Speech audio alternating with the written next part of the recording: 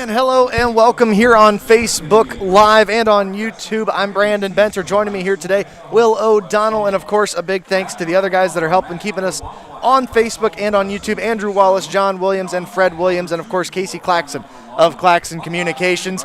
Looking at our sponsors here for this matchup here today, we've got the West Holmes team taking part in a 5-team duels meet here at West Holmes High School as far as wrestling goes. And just quickly, I figured I'd run while we've got the sponsors up here. I'll go ahead and read through some of these. Kaufman Realty and Auctions, Millersburg Electric, Keim, Holmes Siding, Millersburg Tire, Holmes Wayne Electric, and Premier Pharmacy, part of our sponsors here today. Also, we've got some other sponsors as well, but this one should be exciting. We've got 2 mats going, and so it's going to be West Holmes battling the team from Keystone here on mat number 1 to get things started underway. Other sponsors, Critchfield Attorneys, Denko Marketing, Yoder Lumber, MRV Siding Supply, Roadies IGA, Commercial and Savings Bank, Finish Line Auto Body, as well as Village Motors, RES Auctions, HER Realty, Wayne College, and of course Claxon Communications and WKLM. A big thanks to everybody that is involved in bringing this here to the folks back at home. But once again, I'm Brandon Benter, Will O'Donnell joining me, and on the left mat here we're going to have West Holmes battling Keystone. Currently on the right mat, I believe they've actually got Buckeye battling Highland. But Will, we were talking beforehand, you know, West Holmes, a little bit of a short list here of wrestlers here available here today. Obviously some issues going on with COVID causing some players to be out of the mix, but it should be an interesting matchup. Yeah, looking at that lineup for today, just knowing that team, it looks like we're missing about 5 starters. And, I mean, that's the nature of the game in wrestling. You have injuries, you have skin infections, but COVID's kind of knocked about 4 of our kids out of the lineup today with some quarantine policies. And, you know, it's tough to go in that much undermanned. And we're a young team. I'm looking at that lineup today. At 195, I think Colt Cox is the only senior in the lineup today for West Holmes. It'll be interesting to see how they handle it here. And, of course, now we've got our first matchup here setting up as the team from West Holmes battling Keystone here at the lightweight divisions. Yeah, it's Kylie Couch out there. This is a 113-pound weight class. West Holmes forfeited 106. All right, and so we've got the Keystone team's the other one here, so I just wanted to see if we can find the name of that player here. Nice job by Kylie beating that shot, though, to get that first takedown with that go behind. Good job, good anticipation. Let's see what she can do on top here. I believe this is Gage Jankowski wrestling against Kylie Couch, as you mentioned.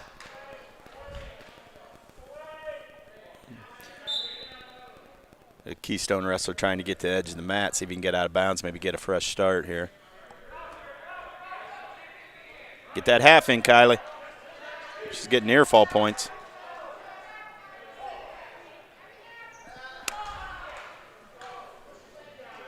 She got awarded 2 near falls, so she's up 4-0 already. She's got that half. Oh. Yeah, that's going to be a penalty point awarded to the Keystone wrestler. Kylie had a half, which had that arm in under, and she wanted to jump sides, but she threw the second half in and didn't take the last one out. That's called a full Nelson. In our sport, that's illegal, so that's going to be a point.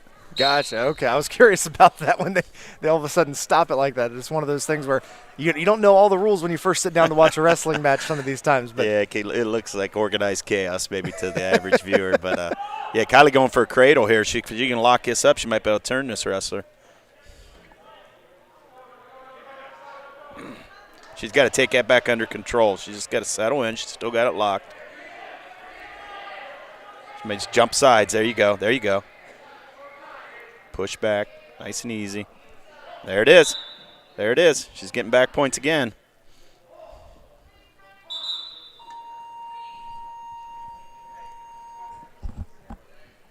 And you had mentioned that Kylie Couch normally at a 106 wrestler, so actually moving up a weight class here this evening. Normally a 106. We got some people out, and she's bumped up a weight. She got 3 more back points there. She's up 7-0. She's going for another turn here. She's got what's called a butcher in. Got those arms locked up underneath. Kind of walking around the front of that wrestler, see if she can create some torque. Good first period. Good first period for Kylie. Absolutely. 7-1 the lead now. Yeah, and if she can get a 15-point lead, that would be a technical fall. It would be 5 team points. And she chose down. Young man from Keystone, he deferred the choice. Kylie chose down, try to get that escape point, pad that lead a little more.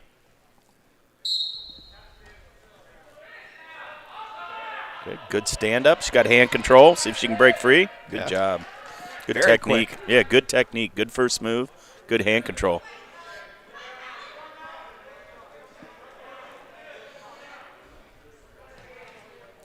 Good snap down, right back behind.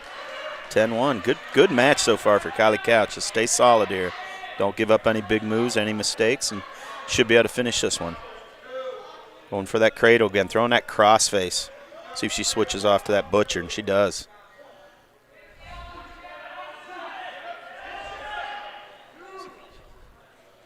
Looked like he almost had the shoulders down for a second. Yeah, there. she's trying to go for the fall. He rolled through it, so another 3 back, 13-1. Boy, one more solid turn, and it would be a tech fall here. But you like that extra team point if you can get that pin. And she's going right back to that crossface, reaching underneath for that butcher. That's been working for her. He's going to make the adjustment. She may have to switch off to a cradle. And it looks like she's trying to. Good job by the Keystone wrestler getting some hands and fighting that off. As far as Couch goes, I guess just you were talking a little bit beforehand about her experience, and so yeah, she's been a youth wrestler and a junior high wrestler for us. Actually, last year she competed in the first ever girls state wrestling tournament sanctioned by Ohio High School Athletics, and I look for her to qualify for that state tournament again in the girls. So she'll wrestle the boys' schedule at West Holmes with us in practice, but she'll get a chance here in late February to maybe compete for a state placement as a wrestler for West Holmes. That would be awesome if she could be the first girl to actually place at state for West Holmes in the Ohio High School Athletic Association. That'd be a real cool thing to have your name attached to, for sure. Yeah, she can be a lot of firsts for West Holmes in that area. Second period ends. Kylie wasn't able to get that extra turn. It's going to be Choice, and he chooses neutral. Choice for the Keystone wrestler. He decides to stay on his feet. He's been turned a few times, so maybe this is his best chance. So 13-1 lead here, round 3 beginning. Oh, he's trying to snap her down this time. She's had some success with that. She's got to try to work up underneath there. Good job not giving up that advantage position.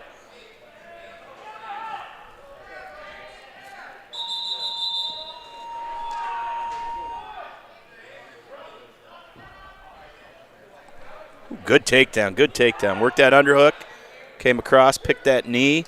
She's up 15-1. She could kick him out and go for one more takedown if she wants to tech fall, or she can try to work for the pin and get that extra team point. But the next point awarded to her is going to end this match. She's got a half. Got to settle back, get your weight back, and see if you can get the fall. Tight. If she can just get herself settled a little more, she might be able to finish this. Jankowski battling away, trying to bridge out of it. Well, she's either going to get the fall or the tech, because if he can fight off his back here, they'll award the points and stop it. But you're allowed, as the wrestler in that advantage, in that near fall position, to go for that pin. And he's trying to save his team a point here by fighting through it. Got to give him some credit there. He's not going to win the match, but he can save his team a point. Impressive job just keeping that one shoulder up the mat. Yeah. Those refs get down there and they have to look. It's a game of inches at that point. Kylie needs to bury her chin right in his chest. That head up's not helping her. She needs to bury it and see if she can stick the other shoulder to the mat. And he was able to get back to his stomach, but that's going to be 18-1. That's a tech fall in wrestling. That's like a mercy rule kind of in softball. It's 15-point lead, and West Holmes will get 5 team points for that in the duel. Good performance by Kylie Couch. Good technique. Yeah. Solid. Yeah, great job by Kylie Couch there, getting the victory there. So over Gage Jankowski. Now, I'm assuming we're going to have a few bye rounds here at some point here for this team, because they do have a few more wrestlers than West Holmes, and looks like right now is going to be one of those. Yeah, that's a forfeit at 120. So you get 6 points for a forfeit. Unfortunately, it's like a pin when you don't have another wrestler to contest. And it looks like we're going to have a junior, Noah Tish. He's had a pretty good year. He's coming out at 126 for us. Good takedown. Good shot right off the whistle. On the other side, Paul Horton for the Keystone team. Yeah, Tish came out with a quick takedown, let him up right away. Some guys, if they're good on their feet, they like to, in those early period, kind of get your points on your feet, take them down, let them up, 2-1 at every time, just build that lead. And then maybe later, after you tire that guy out, go down on the mat and work for a fall. So you give up the escape point just to be able to get another takedown. Yeah, to get back, and especially if, like some of these guys are really good on their feet. They're what we call a guy who excels in that neutral position. And Noah's doing a nice job. His second good hard double leg that he just shot there, and now it's 4-1. So when you're fresh and you're strong, maybe in that first period you might play a little bit of that, take them down and let them up game. Tish is one of those wrestlers that's been real impressive for this team here at West Holmes. Yeah, I don't have records in front of me. I know he's had a winning record. He's been really well. He's a youth wrestler. He's come up through our junior high program and really having a nice junior year. A lot of these young lightweights for the last couple of years sat behind Cale Woods and Tyler Masters, who were both some of the best in the state of Ohio, what they did. So they've had to wait their turn, and they're getting a chance to show their stuff. You know, Noah, Dylan Strauss comes to mind, some of those guys, and it's good to see. I'm glad they were patient in the room and learned from those experienced wrestlers. Absolutely. And for the program of West Holmes, that's just a great thing for them as well. If you can get people to stay patient and be willing to learn behind the other guys, then you're better set up the next few years. It's tough because you got to take your lumps in the room, you know. You wrestle with Cale Woods, you're going to walk out with a few bruises the next day. But if you learn from him and you see how he does things and how he works and how he drills, that's going to pay off. And we got Noah there with a Turk, we call that. He has that leg in, and he kind of turns the wrestler over to the side and gets himself 3 back points, so he's already up 7-1.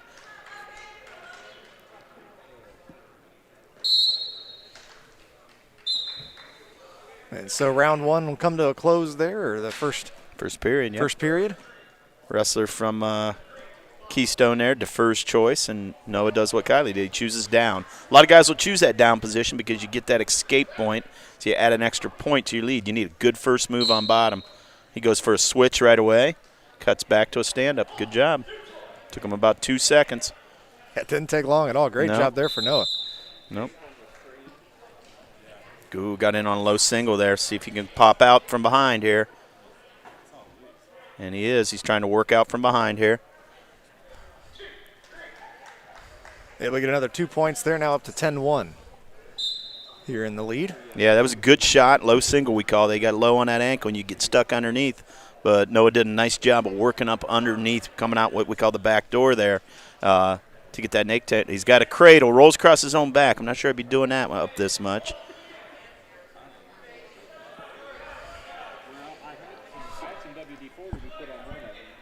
Oh, because this one just sent me that. Shout out to Scott Vaughn. Thanks for sending me that record with their wins. So we'll get a little idea there how some of these guys are doing. Noah Tish with 17 wins on the year. Looks like he's about 5th on the team. Got him locked up in a cradle. Got him stacked up. Got the fall. Nice move by Noah Tish there.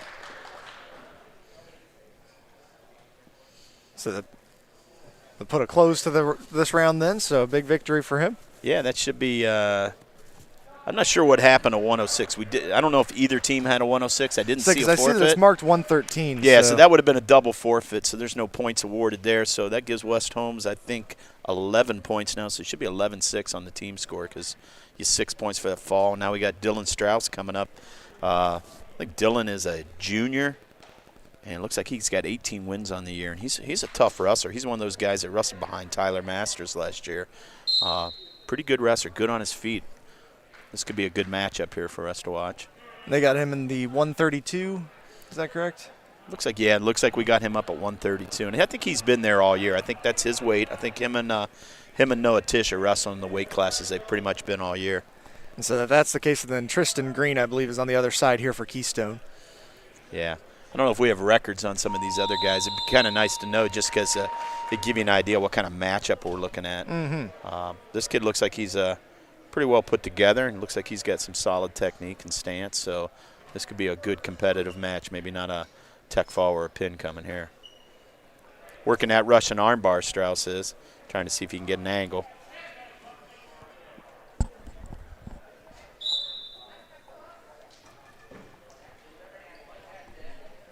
So there's a little, I just heard a whistle blow in the middle of that. Is that trying to just get the guys to do what they're doing, or is that from the other mat? It might be the other mat, and you got to be conscious of that as a wrestler. That whistle was for the out of bounds. We'll go back to neutral. But, yeah, if you hear a buzzer or a whistle, you wait till that referee's tapping you on the shoulder, because if you let up because you hear something on another mat, unfortunately, that's on you. Gotcha. So, yeah, a little bit slower scoring here in this one as both guys doing a good job of keeping the other one away. Well, both guys have solid stances, and in this situation, you're trying to get an advantage with your tie-up. You're trying to work inside, trying to move the guy a little bit, see if you can get an angle on him. And it looks like two experienced wrestlers who are pretty solid at their craft right now. The Keystone wrestler's trying to get an underhook. He's trying to work a front headlock on us right now, and he's got the advantage position right now. He's got us to our knees. We got to try to keep an arm. We got to try to work back up to our feet and see if we can get out of this. Good job. Just 20 seconds left here in this first period. Mm-hmm.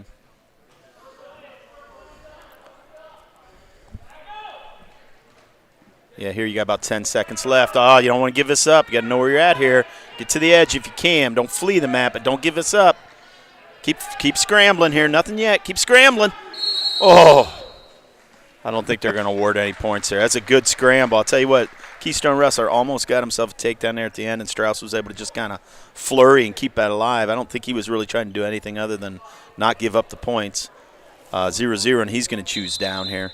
It's important when it's 0-0 period at the end of one that you want to be the first offensive point scored in a match. Because if it would go overtime, there's some options there that occur with choice that being the first wrestler to score the point could play out in a tight match for you. Okay. No. Strauss on bottom here. He's trying to get that hand. You want to get a hand on bottom. It just gives you a chance to maybe get out and get an escape. You can see he drop down to that leg. Gonna have to watch your back here. Watch your back here. He's still in control.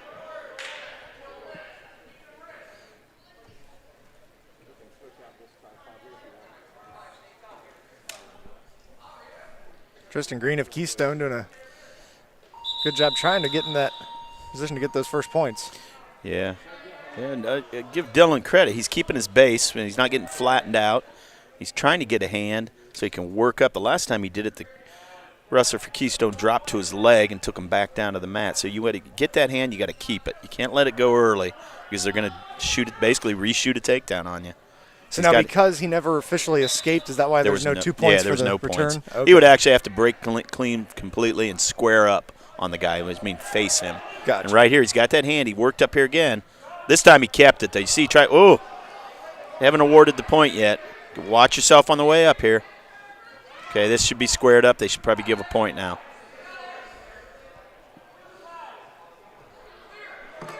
Yeah, he's going to get awarded an escape here, but they're going right to a body lock. Okay, good. Work your way out of bounds there if you can. Work up and get your point. There you go. There it is, awarded. They call him out of bounds in wrestling now. We're looking at 3 supporting limbs. So 2 years and one of the wrestler, and they'll call you out of bounds. So 1-0 here, just 19 seconds left in the period. It took a while to get to it, but yeah, he did get that first point. Come right out and shot on the whistle and got in. Let's see if he can finish this. This would be big if he could do this. Caught him off guard there by shooting right off the whistle. Boy, throw your hips up into his chest if you can. Try to throw your hips up into your chest. He's going to try to get that arm out and go around the head. There it is. There it is. Keep hipping over. Oh, did not give him 2. That was close. I'll tell you what, caught him off guard with that low single on the ankle there, right on the whistle, but 1-0 here. And I'm sure this Keystone wrestler is going to take bottom, try to even it up at 1 with an escape of his own. And this is the kind of match you usually see in wrestling. You get two guys of equal ability, equal experience. You get a low-scoring match, and it comes down to the wire. Good stand-up. He's fighting for his hand control. Strauss returns him to the mat. He was going for a switch, and he re-switches, so there's no change. Got out of bounds, so they'll move back to the center here.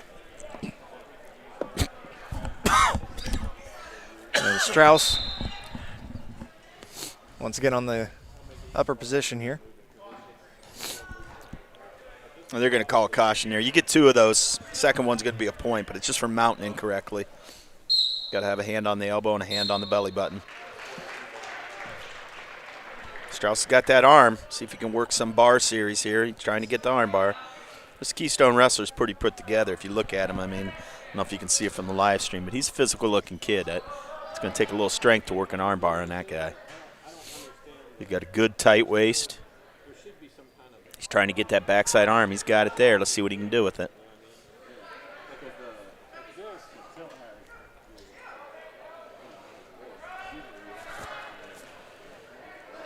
Rolling near that out-of-bounds area, and they're going to call it outside of the circle. Getting all kinds of good updates here from Coach Vaughn from home. This is nice. He says Dylan Strauss is ranked number 10, and this kid he's wrestling is ranked number 12 in the state. So this is maybe going to be one of our marquee matchups in this dual meet. And this is a good competition and a good close match by Dylan. Let's see if the referee will let him ride him out. We got a minute to go. Sometimes when you're the guy with a 1-point lead late in a match, the pressure to score is put on you by the referee, and you start getting some warnings for stalling and stuff. I hope that doesn't play out. Dylan's in a little trouble here. He needs to get his hips up. There we go. Ooh, working maybe a near side cradle there for a second. He's around the head and the lower leg. He's got a leg in. He's got some good pressure on the bottom man. We're getting down to 30 seconds. Referee kind of counting there with his hand. He's kind of warning Dylan. Keep that front. Oh, gave up a reversal. Oh, boy. Oh, boy. 30 seconds. 2-1 lead now. Yeah, go work up. Get your escape, Dylan.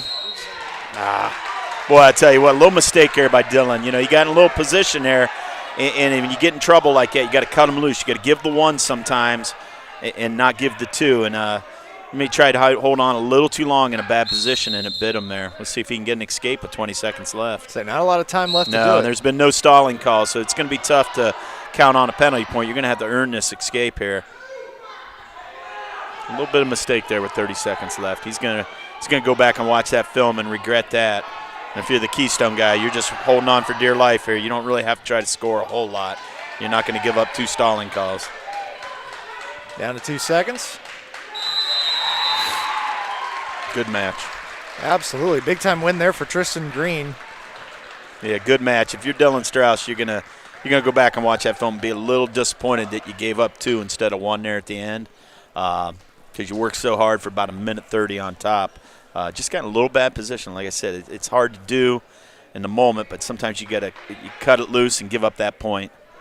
I don't know what that does to the team score. It looks like West Holmes up 11-9, and this is Tucker Kaufman coming out at 138. And if I look at the record, Tucker leads us in wins, 27 wins on the year. I think only 1 loss, if I'm correct, too. And he'll be going up against here Raymond Green. Mm-hmm. Yeah, I don't have any. Or sorry, Diego Morales, I should say. Ooh, nice shot here by Tucker. Good position. Yeah, Tucker is a high amplitude wrestler. He likes to throw. He gets points in a hurry. He's a kid that's always looking for that big move, so it's fun to watch him. There should be a lot of action, a lot of scoring. And he allowed the release there after that first 2 points. Yeah, got the takedown, didn't get the back points off the takedown, so went right back to his feet. And that's really, one of Tucker's strengths is on his feet. He can score what we call 4 or 5 point moves, where he'll take you right from the neutral position right to your back. High risk, high reward, though, sometimes with that young man. And if you saw him play football, he wrestles like he plays football. He's got a cradle locked up here, though, after that takedown. He's going to that butcher, switching off to it. That's a combination hold that works real well together. That butcher, where you're trying to torque that guy to his back, and if he fights it, you switch right off like he just did here to that far side cradle, and he's going to get back points out of it. It's hard to pin a guy with that far side cradle. We'll see if he can get that other shoulder down.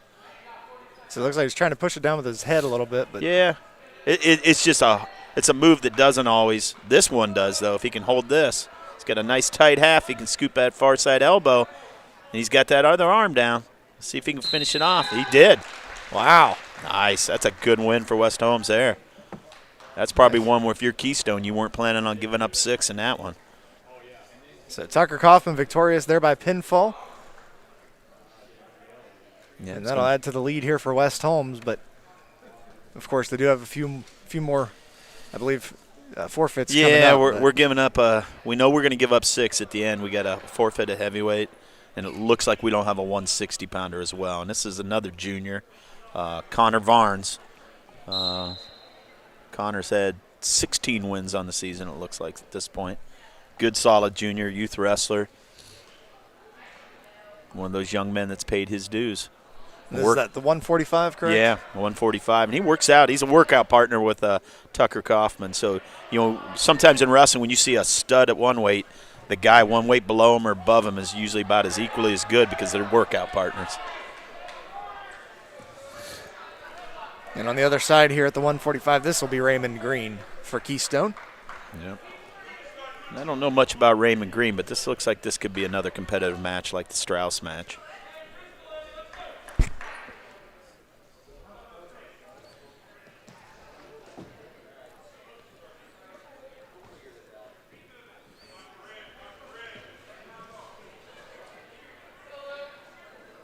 A lot of bit of a feeling out process here in this early segment. Yes, you're fighting for position. You're trying to get that guy out of position. Sometimes you can do it with a tie-up. Sometimes you can do it with movement. Both guys have pretty solid stances so far, and it's going to be hard to get inside. And Varnes got a little extended on that shot, and he's on his stomach. He's going to need to try to work up to his base. Try to get a hand or something, see if he can square back up. So just 35 seconds left here in the first period as they go out of bounds. He's kind of limping a little bit as he returns to the center of the mat there. I didn't see what happened. Took a shot, backed out. Nice shot, nice shot. See if he can finish this. No points awarded yet. You got to get the guy down to the mat. And he didn't. Wow, good job fighting that off. If he could have just got one of Connor's knees or supporting limb down on the mat, they would have gave him the takedown and control.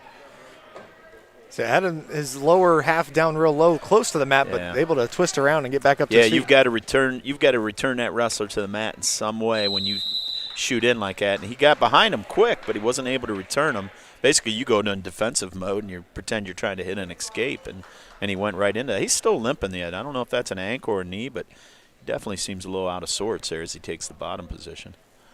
So the second period about to start here. Still 0-0 for this matchup.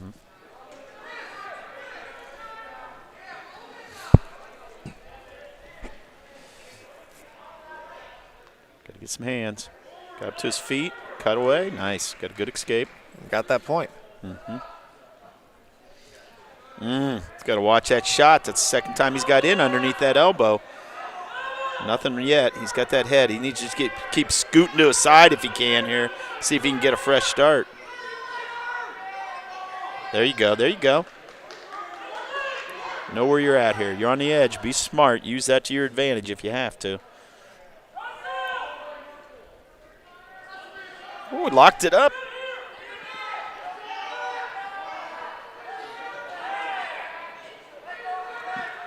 No points awarded yet.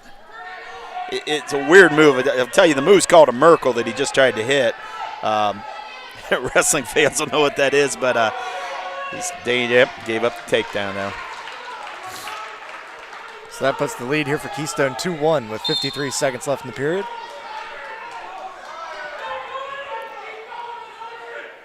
Oh, don't give up back there. Okay.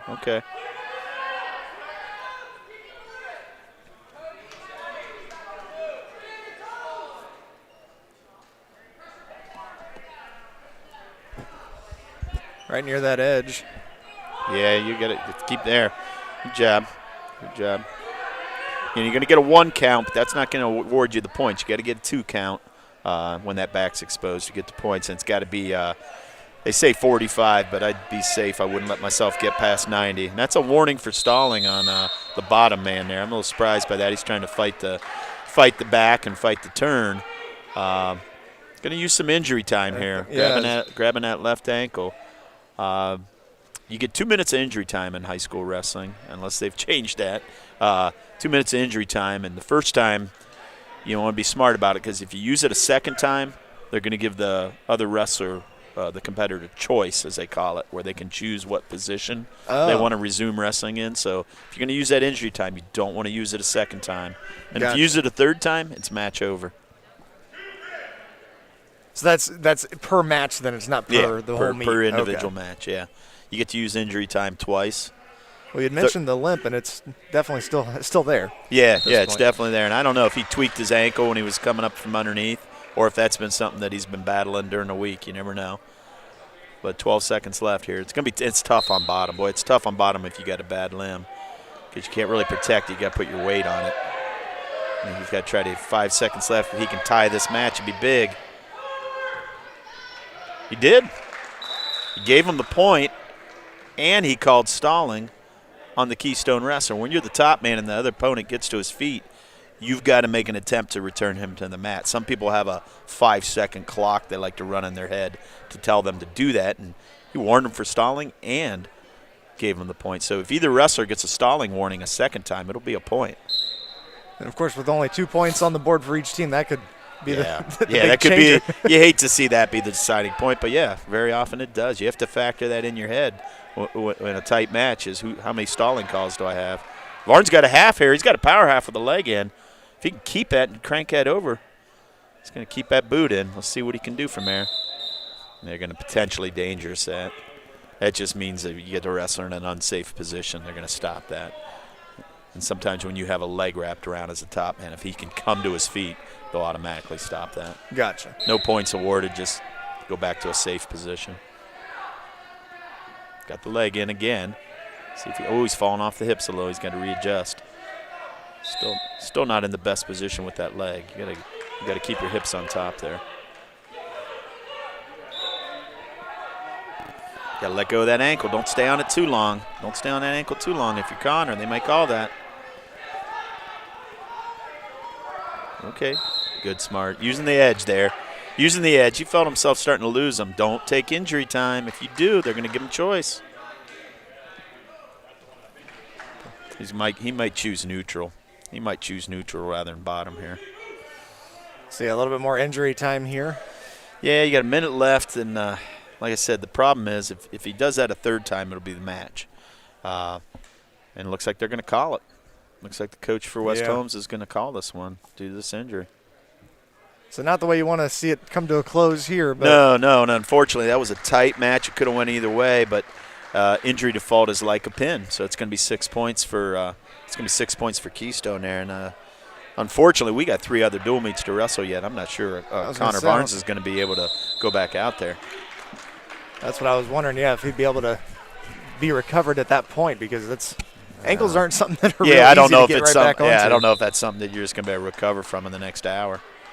And we'll have to get the trainer over there to look at it, and it seems like he is. We got a freshman coming out here at 52. He's one of our guys that's in the lineup due to some injuries and due to some skin infections and COVID. Kalin Bowling, he's a youth wrestler, junior high wrestler, but unfortunately as a freshman, when you wrestle a boy that maybe is 17 or 18, it could be a little bit of a mismatch for him that way. Going up against Keystone's Nick Barriswill. Come right out, got in on the double. He's working underneath those arms, looking for an arm bar of his own. See, I got those quick 2 points here to get things started. Yeah, wrestling's a unique sport in that way. I mean, sometimes you see a kid who's 14 or 15, and from a physical standpoint, he's not matured to that level of that 18-year-old senior yet. You know, they don't usually have to worry about that in other sports. You know, they're not a freshman or a JV level. But today we're going to see some young kids that are going to be out there kind of throwing them to the wolves a little bit. But all in all, you know, it's good experience. It's varsity experience. So you take it and you learn from it. So that's the thing is, you know, you get in there with somebody that's a lot, you know, more experienced than you can learn a whole lot while you're in there. Yeah. There's a lot of ways to be outmanned in a wrestling match, and sometimes it's just the physical standpoint of the age difference and the maturity. Sometimes it's the fact that you're a first-year wrestler and you're going against a kid that's wrestled 100 matches a year since he was 5-6 years old, and that takes that takes a lot out of it. Another takedown there. He went right to that barrel roll. 6-2 already. That's 3 takedowns, and you can see how taking them down, letting them up, do the math, it adds up pretty quick. Yeah, definitely. And Nick Barriswill here on the back. Casey.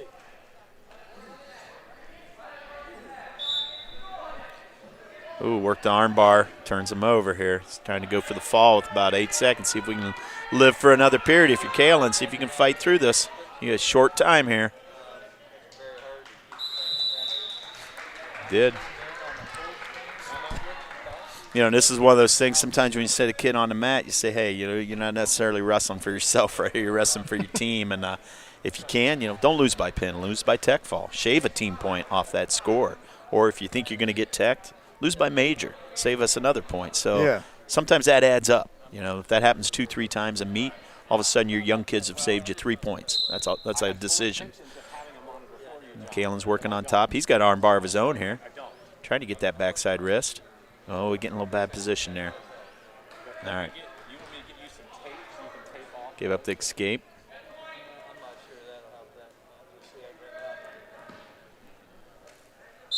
So up to 12-2 now here for Keystone. Yep, that's a 10-point lead. He's going to let him up again. He's going to play that takedown escape game for a little bit. Sometimes when you want to get a guy to his back, the easiest way to do that is right off the takedown. That's sometimes the best opportunity. And if he can get to his stomach, then it's a little bit of work to try to get the right bar and the right position to turn a guy. So I think he was trying to do a little of that, but he's up 14-3. It looks like 11. So, Kalin's kind of getting a little lesson here from an upperclassman, but, he's fighting. He's fighting off his back, and he's got an opportunity to save a team point for West Holmes here. Going to get a tilt here, we call this. It's not something you usually pin a wrestler with, but you're going to get more back points. If he breaks the hold, they'll reward the points. There's 2. So 16-3. If they can get one more tilt, here, don't let him stack you, though. Don't let him stack you. That'd be too tight. Ooh, he's got a half. Got to look away. Good job. Good job. Just about 30 seconds. And that should be matched at 2 points. 18-3. That'll be a tech fall. But you know what? Hey, congratulations. Good job, Kalin Bowling. You went out there and you wrestled for your team. You didn't get pinned. And instead of 6, you gave up 5. And 1 point could be the difference when it comes down to it here.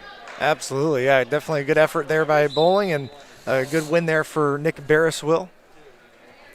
And Keystone now leading 20-17 here as we go to this next round. Yeah, and that's where that forfeit coming up at heavyweight could loom big.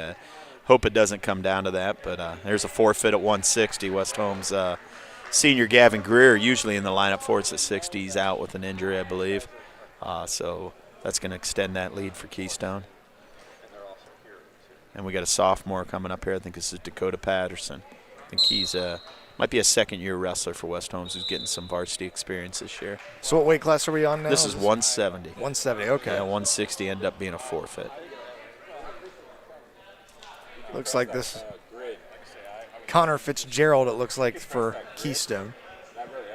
They have three wrestlers listed here at 170, so I'm not sure exactly who they got out there. Yeah, I don't know who they got out there. I know that's Dakota for us, and good job fighting off that leg attack there.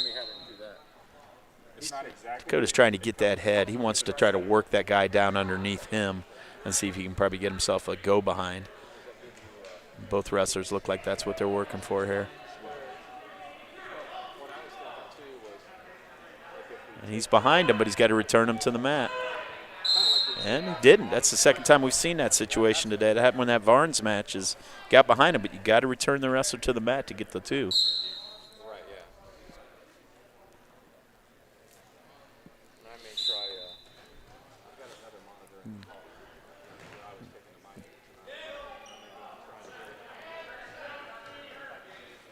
Down to a minute left here in the first period. Yep. Dakota's got to keep his head up. This guy, this Keystone wrestler's trying to work that head underneath, see if he can snap him down. So you got to fight for that position. Keep your head up.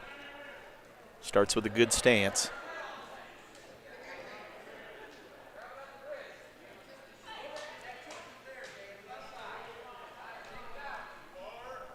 Those guys squared up on each other. Nobody's really got an angle, so it's tough to shoot when you're just straight in front of somebody like that. Takes a shot. Got to fight that off. Got to sprawl. Keep your legs back. Got to try to keep your legs back. Ooh. A fortunate call there. He called him out of bounds. That could have been close to a takedown. The score remains 0-0. Yep, 0-0. I'll tell you what, watching this is an example in wrestling of one of those swing matches where I think you got 2 guys that are probably, a little more inexperienced than some of the other wrestlers. I don't think these guys are guys that have wrestled in youth programs for a long time, and technique's kind of young yet, but they're evenly matched, and they're in here battling. And, just like that Varnes match, we got 2 quality wrestlers that have been wrestling a long time, like that Strauss match, 2 state-ranked wrestlers. Mm-hmm. You count on these matches. This is a swing match for West Holmes here. We need Dakota Patterson to pull this out. And if you're viewing from home, on the other screen on the other mat, we had the other 2 teams going, Buckeye and Highland. And, of course, Indian Creek is on a bye for this first round, as we have 5 teams here today. Yeah, 5 teams, 2 mats, so every team's going to get a round where they can kind of rest and recover and maybe even scout an opponent. Patterson got to escape right away. Nice job. Nice move. Oh. Tell you what, he's having a little success on his feet when he's gotten those 2 underhooks in. And it looks like Coach Miller over there is telling him, if you get that, go to the bear hug and just lock it up. Typical heavyweight there, Coach Miller.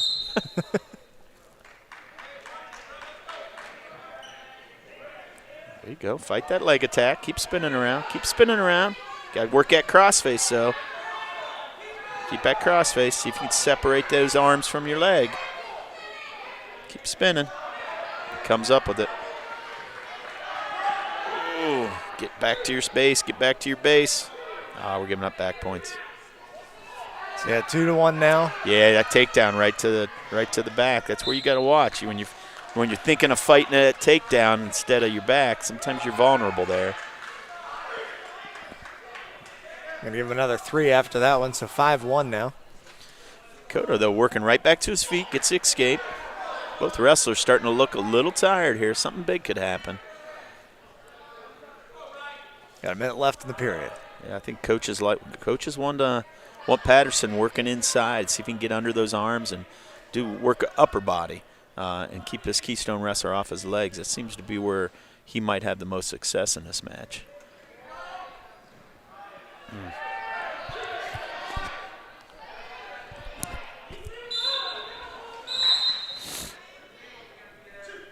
Gave him 2 near fall. You know, years ago it used to be if your back was out of bounds, they didn't award back points. Now if the wrestler's feet are inbounds, both wrestlers, they can award back points outside that circle, and they can even award a pin outside that circle. Kind of adapted some of those college rules. Gotcha. So the out of bounds on the first, you know, for someone that's just stepping into watching a lot of this amateur wrestling, it's one of those things that it's not quite, you know, cut and dry at first. Well, so it takes a little bit to get used to when we're out of bounds, when we're not out of bounds. 9-3. Stoppage in the match here, and I think this might be blood time. I don't think this is injury time. I think this is sometimes in our sport, noses bleed, different things like that, and we stop the action. It's not really, it's not like the injury time situation. We just let the guy stop the bleeding. He's actually using an inhaler, so maybe this is injury time. We got a referee over here tearing up our radio station for some reason. Oh, goes to the same barber as me. You can't see him, but.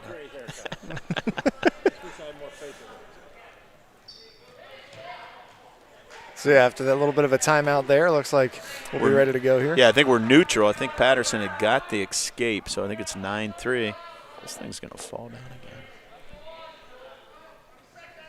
Now the referee's stepping over to the scoring table here to make sure everything's on where they're wanting it to be. Need some tape. Yeah, and you know, if you're Dakota Patterson, you're getting a little bit of breather here. Get your second win maybe, and I think Dakota's going to want to go. Well, he's got to keep him off his legs, but he's got to get up in that upper body situation. I think he's got a chance to score in bunches if he can do that. Down to about 15 seconds left in this period. And if you're the guy with the lead here, you just want to stay in a good stance and be smart. You don't want to give up any points at the end of the period like this.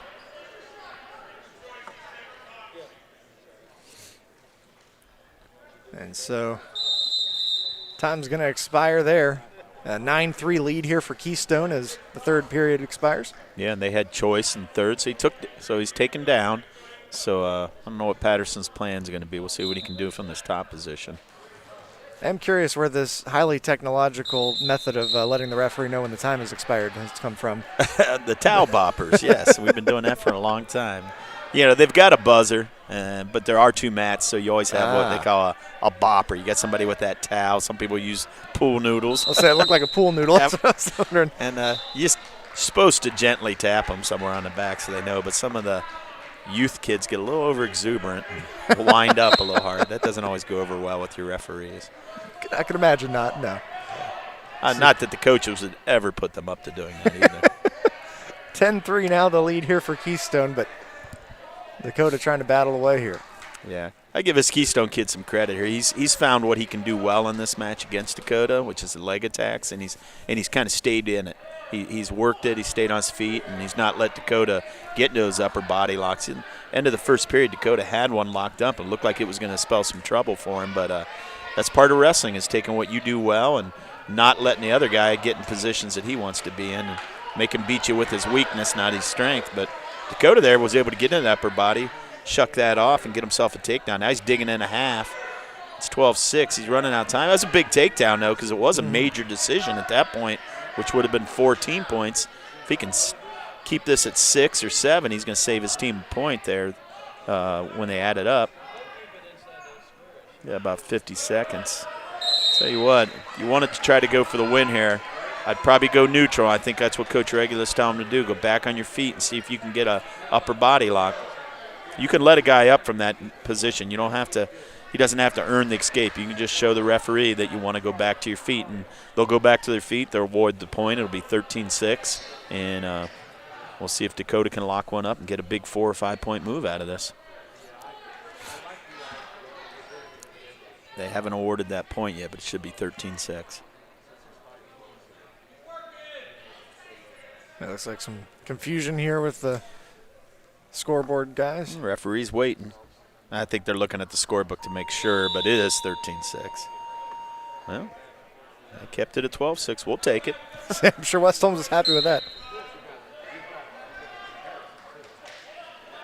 He's digging in. Look at that. 2 underhooks. He's got him in. He snapped him down. Just see if you can take him to his knees and get your point, Dakota. Protect your legs, though. Protect your legs. Oh, get behind him. Get behind him. 12-8. Boy, I'll tell you what. I give the Keystone kid credit. He felt Dakota get inside with those underhooks, and he pretty much made the choice to give up that takedown. He's got a butcher. He's trying to walk it over. Down to 9 seconds. Hanging on for dear life here, the Keystone up. All right. Okay, don't give up any more points. Don't give up any more points. Whew. 14. He did a little roll across his own back. He needed something big to try to create points, and but don't give up that major decision. That was a good hard-fought match here by Dakota. It was 12-8 at that point, and he was coming on in that final minute. He just got down a little bit too early to make up that kind of point difference. But good hard match by that sophomore. Good. Absolutely. Yeah, good match for both those young men. That was one where you had mentioned that it kind of looked like both of them were getting a little bit tired, and so that downtime kind of seemed to help. Yeah, there were a couple get breaks in the action, and we got Grant Miller coming up here. He's another freshman. Good-looking freshman, though, for us. But, boy, it's tough when you're a freshman to wrestle these upper weights because you're wrestling men. You're not getting a lot of matches where you wrestle other freshmen. And Grant's doing a good job. If you look at him, he's not built like your average freshman. Boy, he's facing up against Jose Morales. Yeah, he's a good wrestler. This is one of their better guys up here for them. And he's come right out of the gates and got Grant on a takedown and worked some near-fall points already.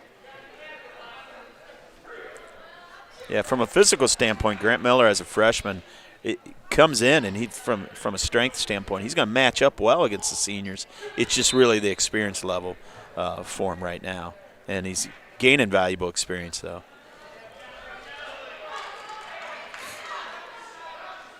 And his dad was a heck of a wrestler out here at West Holmes, was I believe 4th in the state for us at heavyweight, wrestled at Ashland College. Oh, wow. For 4 years. So he's got a little bit of a lineage there, and he's got a brother on staff over there too, Grayson Miller, who's a terrific upperweight for West Holmes. So it's a family of upperweights, and Grant's going to hopefully carry on that tradition for the next 4 years.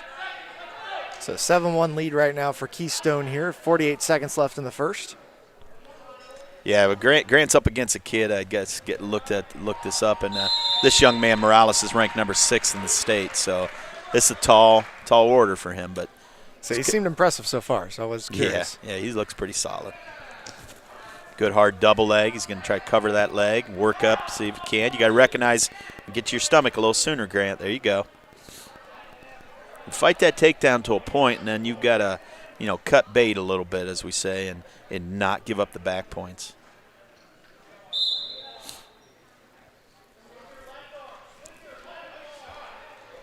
Yeah, and if you're looking at that scoreboard, 29-17, mathematically, we're going to be out of it because we've only got two other wrestlers to compete.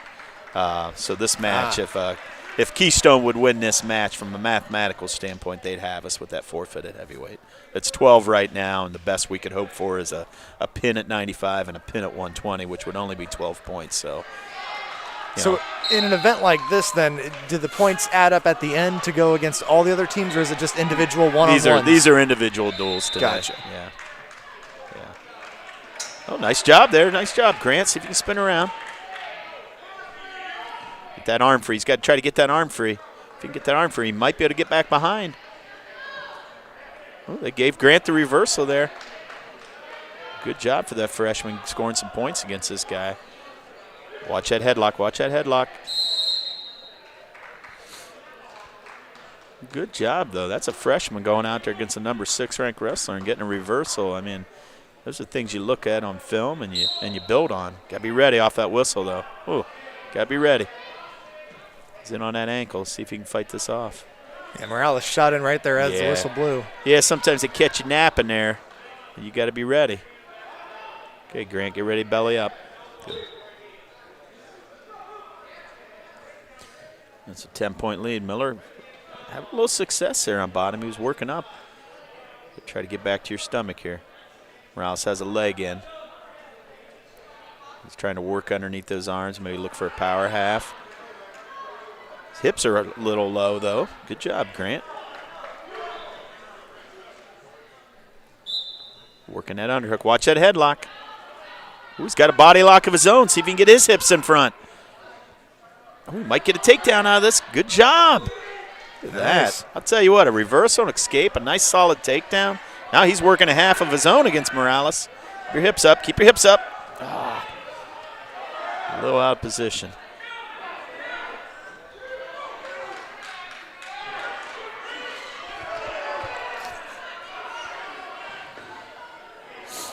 So when we see the ref do the kind of rolling hands motion. That's a reversal. That's a symbol. That means you went from that bottom position where the other man had the advantage to being in the advantage. Now he's working a half here. Miller fights through it. See if got to get your arm free, Grant. Get that arm free. Time expired at the end of 2. 20 to, let's make it 20-8. I'll tell you what, I know that score seems a little lopsided, but for a freshman to go out here and score the points that he has, I mean, these aren't like, here, I'm going to take you down and let you up. These are points I'm earning. I'm getting away. I'm reversing you.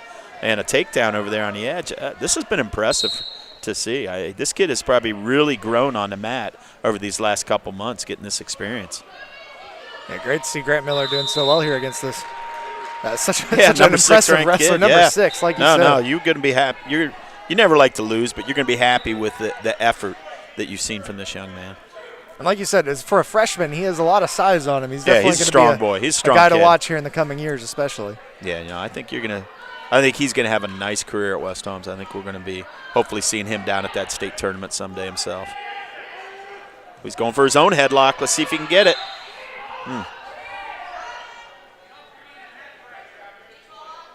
And it's 22-8, 14, so the next point will result in a tech. And you want, like I said, for pride sometimes you just don't want to give up that fall.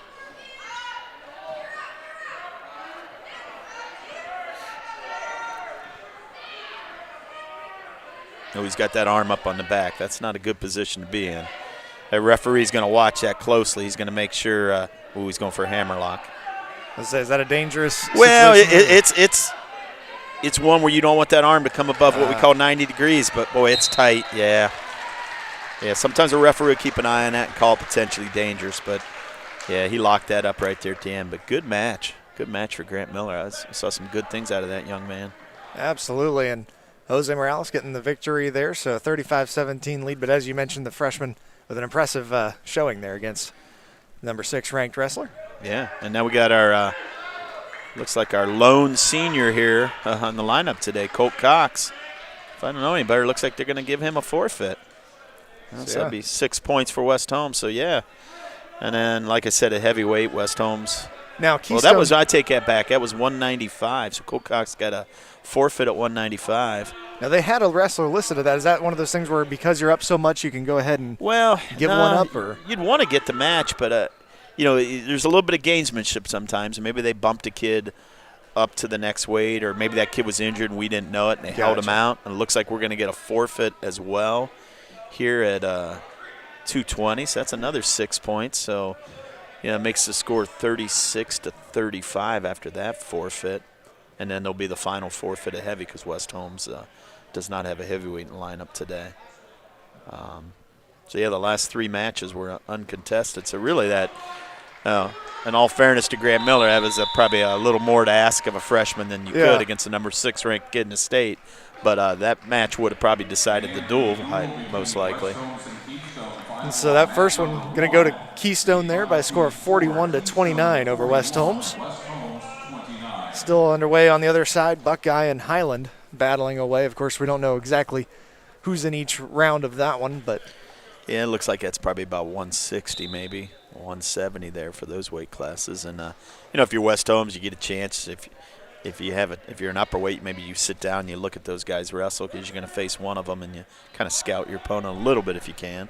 Yeah, West Holmes will go up against Buckeye here in round 2 after this, but they're getting the sanitation crew out for the first mat. Yep, you got to do that between rounds. You probably see that all day. There'll be a little break in the action. You'll sanitize that mat and give it time to dry and get ready for the next one.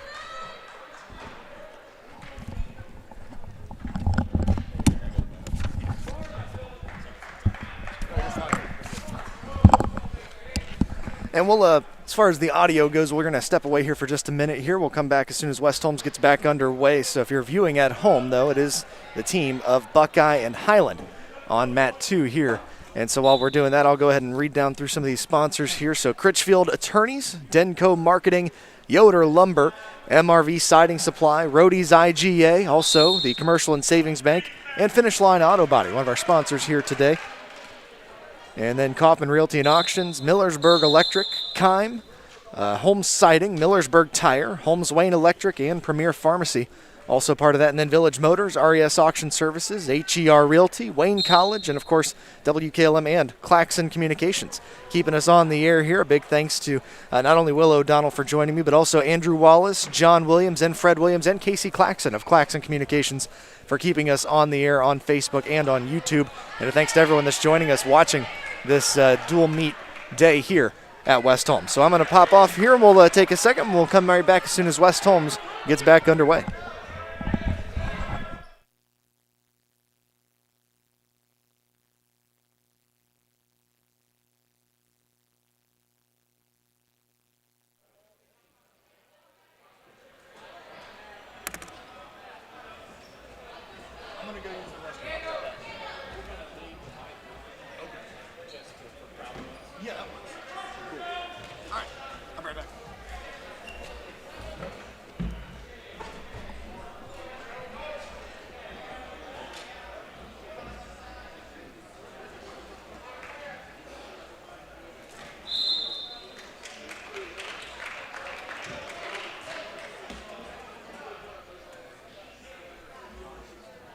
Got me on.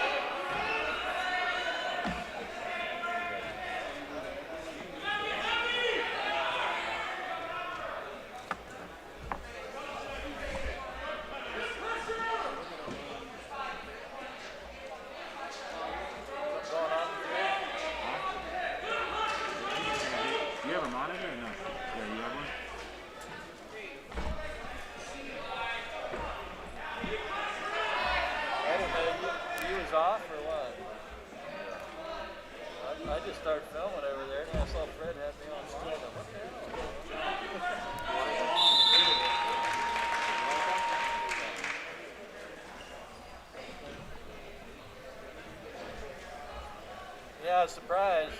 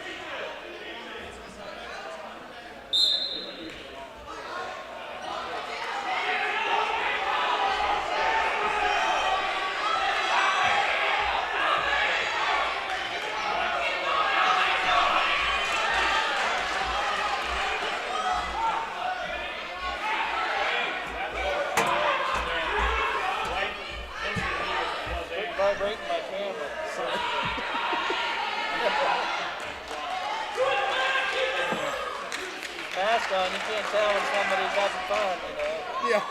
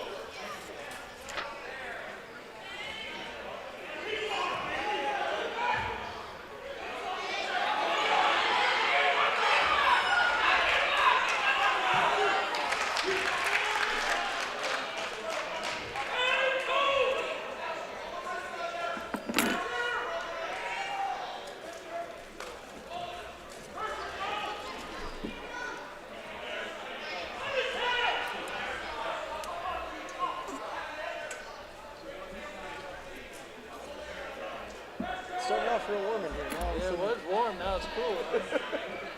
Careful what you wish for. I guess.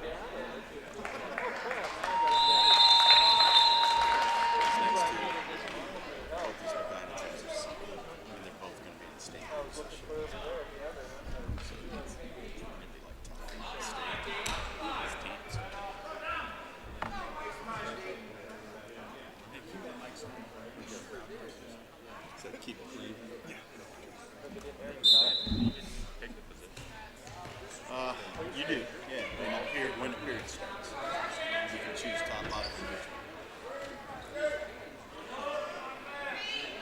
So obviously you're going to try to pick the position best to get everybody to go down. Usually they go down because you count on getting an escape. Unless you know that guy's outstanding on top, try to choose down. And then escape over first one. You want for the escape, you get two for the reverse. Most of the time it's going to be an escape and an even match. Like right here, the guy's trying to dig in. We left your mics on just for crowd noise. So just be around. It's internet, isn't it? Yeah. It could be Howard Stern. You could be little Mikey.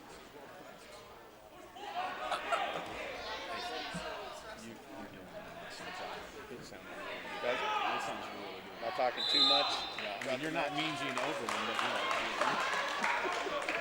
Let's get ready.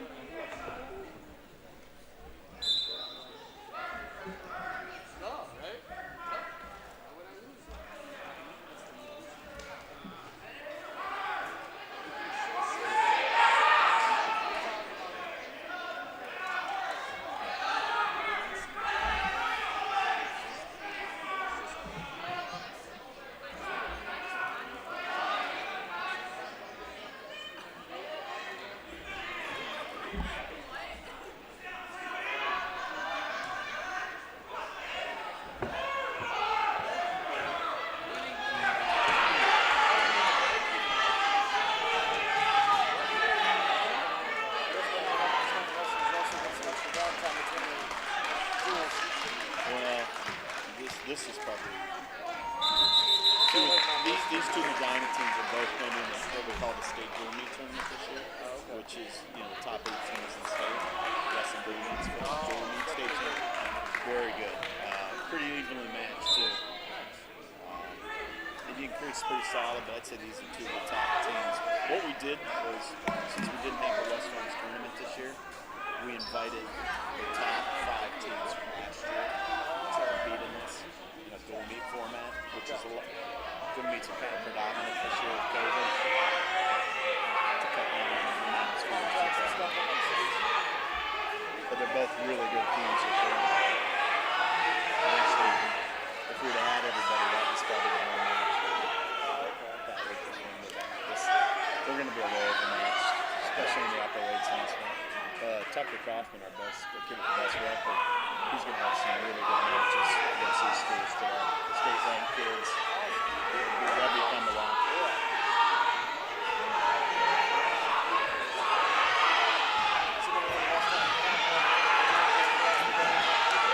I don't, to be honest, but with all the people, the 5 starters out, I don't think we expected to win many of these schools, but we just want to see kids compete. Like the Miller boy, I mean, he competed against a solid kid. I thought that was impressive for a freshman. Absolutely.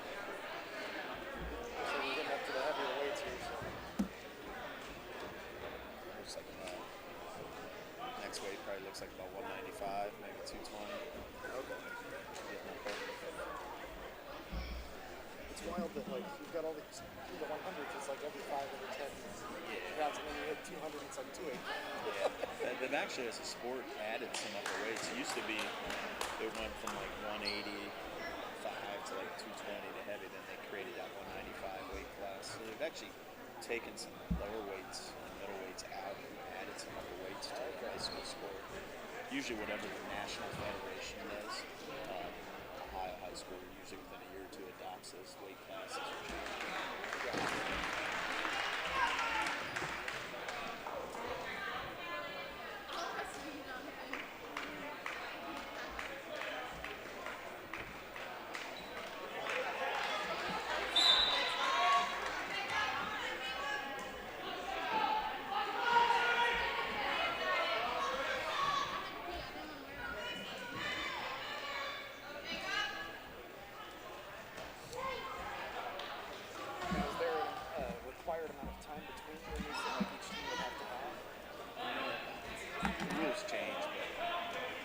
back in the day, like if you went to a tournament, you had to have, I want to say 30 minutes of rest time between matches. Here, you're not going to have any problem getting 30 to 45 minutes of rest time. Just go to the team that's right up. Yeah. Okay. Because you're going to start at 106, so by the time you get back to where you should have, usually 30 minutes is the minimum. Gotcha. Yeah, looks like he's out for the. Is that him with the crutches that we saw? Yeah, nice. And they said he tweaked his ankle. I guess that's been an injury that's been bothering him throughout the week.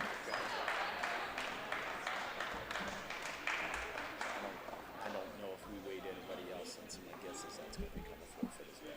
Gotcha.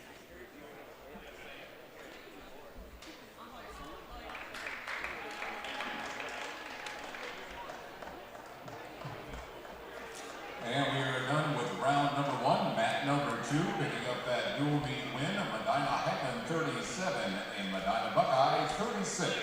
Wow, that was a close one. I didn't realize how close that was going to get.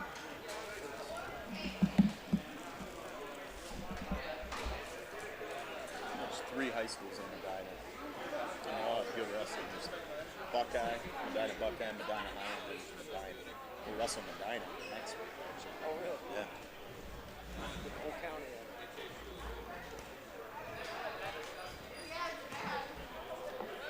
Buckeyes had some good success. They've had a good football program the last few years. Been in the playoffs in our same region that 1 year. The year we lost to Princeton. Football, if we'd have won that game, we would have played Buckeye in the next round. Oh, wow.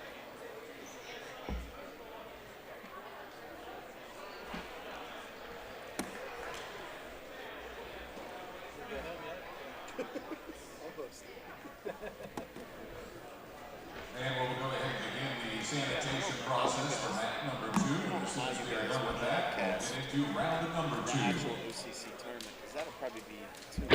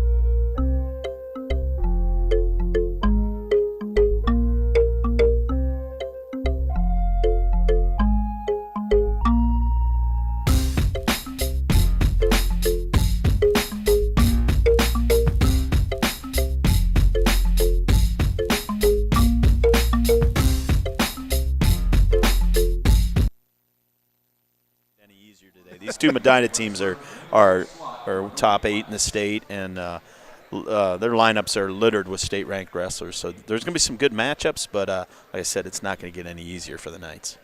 Absolutely, and of course we also have the built-in forfeits or whatever for the Knights. Yeah, we talked about that earlier on. They had a few issues with some infections and some COVID issues and contact and that sort of a thing. Yeah, nature of the game this year, unfortunately. Absolutely. For our sport. Everybody's dealing with it. We had one team that was supposed to come up here today that had to bow out for those exact reasons. But like I said, for West Holmes, we're at full strength. I think we'd be pretty excited about competing today, because what we did was we brought in some of the top teams from last year's tournament when we realized we weren't going to run this in a traditional tournament fashion. So we brought in the best that we could, and we're going to get a chance to face them here. And so it looks like. Yep, we got the forfeit at 106, so we're going to come out with a start at 113 today. That's how it's going to be for all our dual meets. It's going to be the sophomore Kylie Couch. And for 113 for Buckeye, Logan Kravitas. Yeah, and he pounced right on a low single, and he locks up a far side cradle. Kylie's got to try to fight this, or this match could end early. And this is the type of cradle that if you can step over that far leg, this can be really tight. And it's going to get the 3 near fall to go up 5-0 right out of the gates. And he shot right off that whistle, and that's something I'm sure Coach Vaughn's going to go over with his kids is when you're on that line and you're waiting for that referee to start the match, you've got to be ready. You can't be relaxed in that situation, because an experienced wrestler will pounce.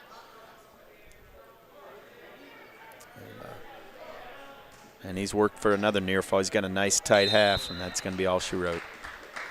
Tough match there for Kylie Couch, but tried very, very hard there to try to keep her shoulder up, but just a difficult matchup there against. And you're gonna see it. You're gonna see a little bit of that today. You're gonna see some physical overmatch there, maybe, and a lot of experience coming at you. And that's a state caliber kid that knows what they're doing. So, like I said, sometimes you just got to fight the good fight and try to score some positive points and fight for some good positions. But it's not always going to go your way.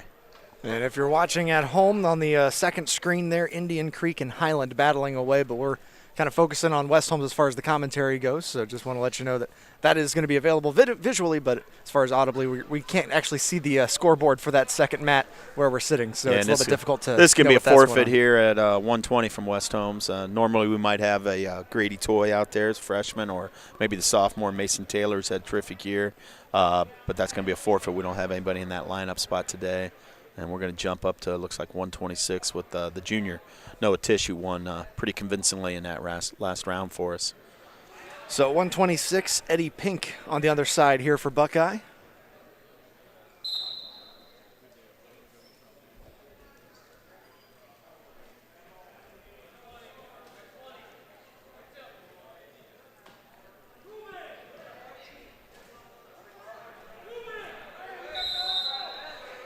They go out of bounds, return back to center. Both guys trying to fight for position, feeling each other out here early.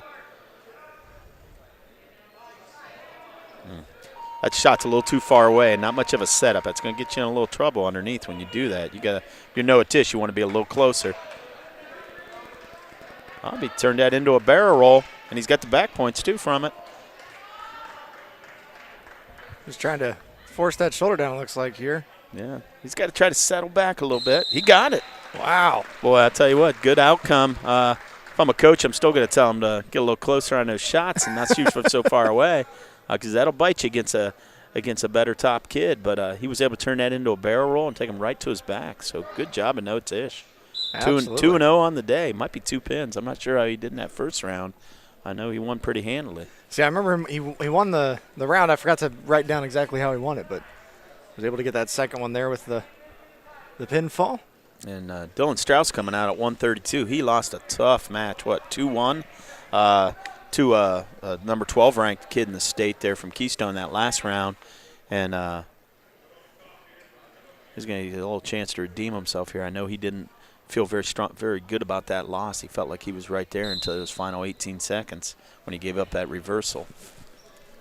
So this is the 132 weight class. Mm-hmm. Snap down and a go behind there. Going to go right back to his feet. This is Katie Vaught Shields for Buckeye. Another double leg. And if you're Dylan, you're probably going to work maybe 2 or 3 solid takedowns here if you can, and then you probably should go for the fall. I'm going to say this looks like a little bit of a experience, maybe technique mismatch for him. He's got the Turk there. He's got that leg hooked. Third takedown of the first period. He's up 6-2. And he's going right to that far side cradle.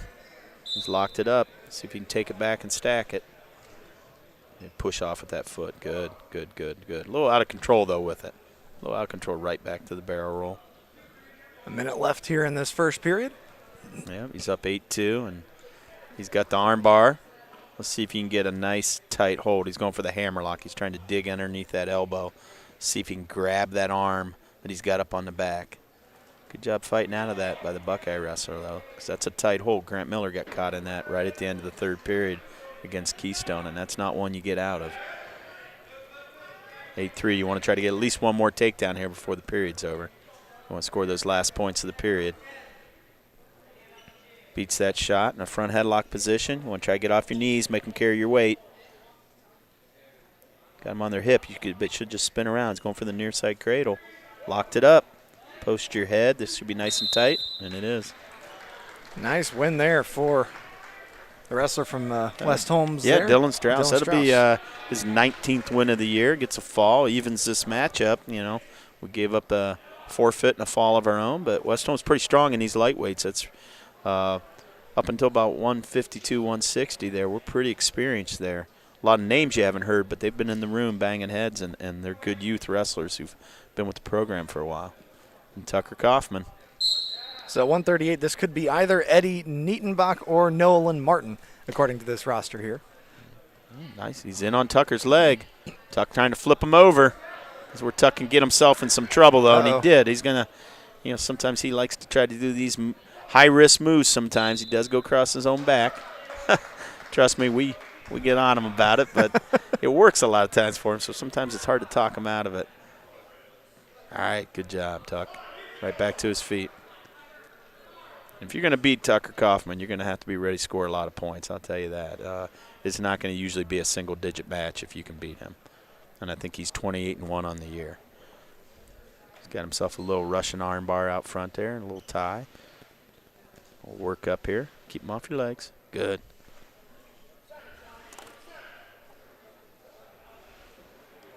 Wrestling on the edge here. Be smart. Be smart. Okay. Say the other thing when you wrestle Tucker, you got to score some points, but you better be ready to wrestle for 6 minutes because he's attack style mode, and it's going to be that way from the first whistle to the last. He's not going to stop trying to score points.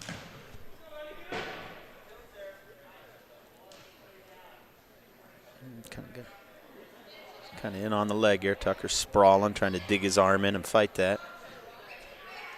Been pretty successful so far with the leg attacks for this this Buckeye wrestler. Yeah, up to 4-1 here. Mm-hmm. Just over 30 seconds left in the first period. If you're Tucker, you want to try to get that escape point, try to even this up a little bit. One more point here before the end of the period. He's digging in for some hands. He's working up here, see if he can get some hand control. Try to roll out of it. Ooh, fight that. Okay, good. Got a 1 count, but that's not going to be any back points.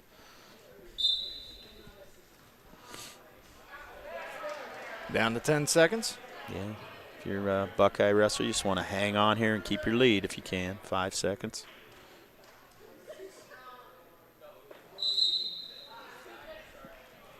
So that'll do it for the first period here. Tucker Kaufman trailing by 3, 4-1. Yep. Choice to the Buckeye wrestler. He defers. Tucker Kaufman's going to take down, try to get that escape point.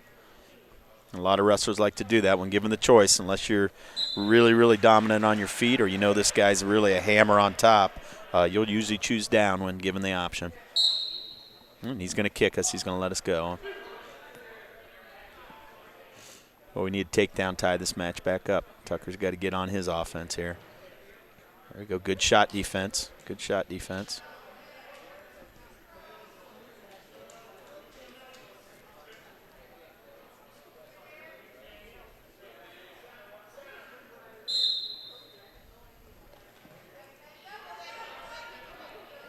And Buckeye wrestlers he's pressing the match. I'll tell you what, his attack right now is kind of relentless. He's in Tucker's face. He's trying to work those leg shots. Kind of one of those matches where you wonder when's it gonna break open here. Who makes the big first mistake? Yeah. You wrestle at that kind of tempo, it can just go back and forth for a while. He's pretty solid on these leg attacks. This is third takedown of the match. It's going to make it 6-2.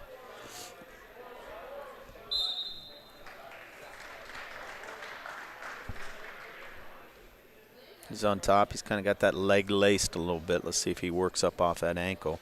Referee's not going to let him sit back on those hips forever.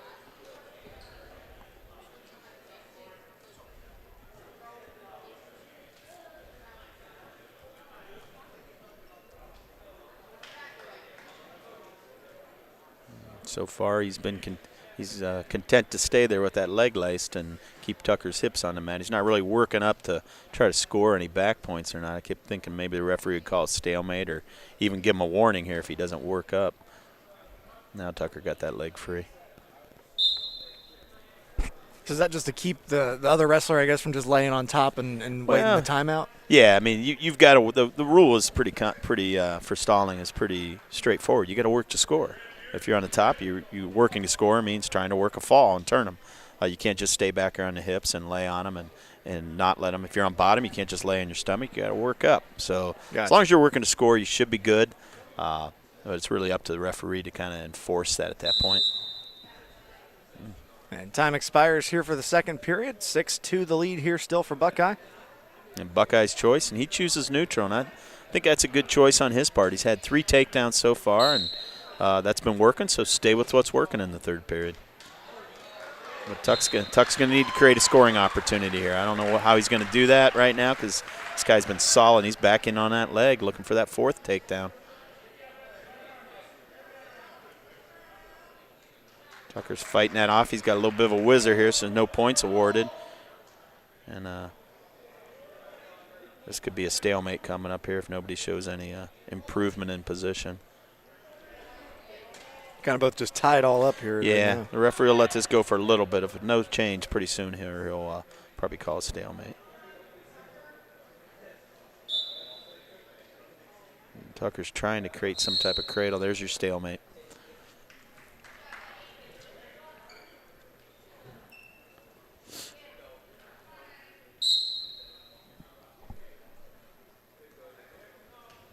Normally with a 6-2 lead, you'd get in a good stance and make that guy come to you. But, the thing the Buckeye kids got to realize is this lead's not safe. Tucker Kaufman can hit a 4 or 5 point move from anywhere on the mat. But he got secured that 4th takedown. It's 8-2. Now I think it's just a matter of staying solid and being smart on top, not putting yourself in bad positions.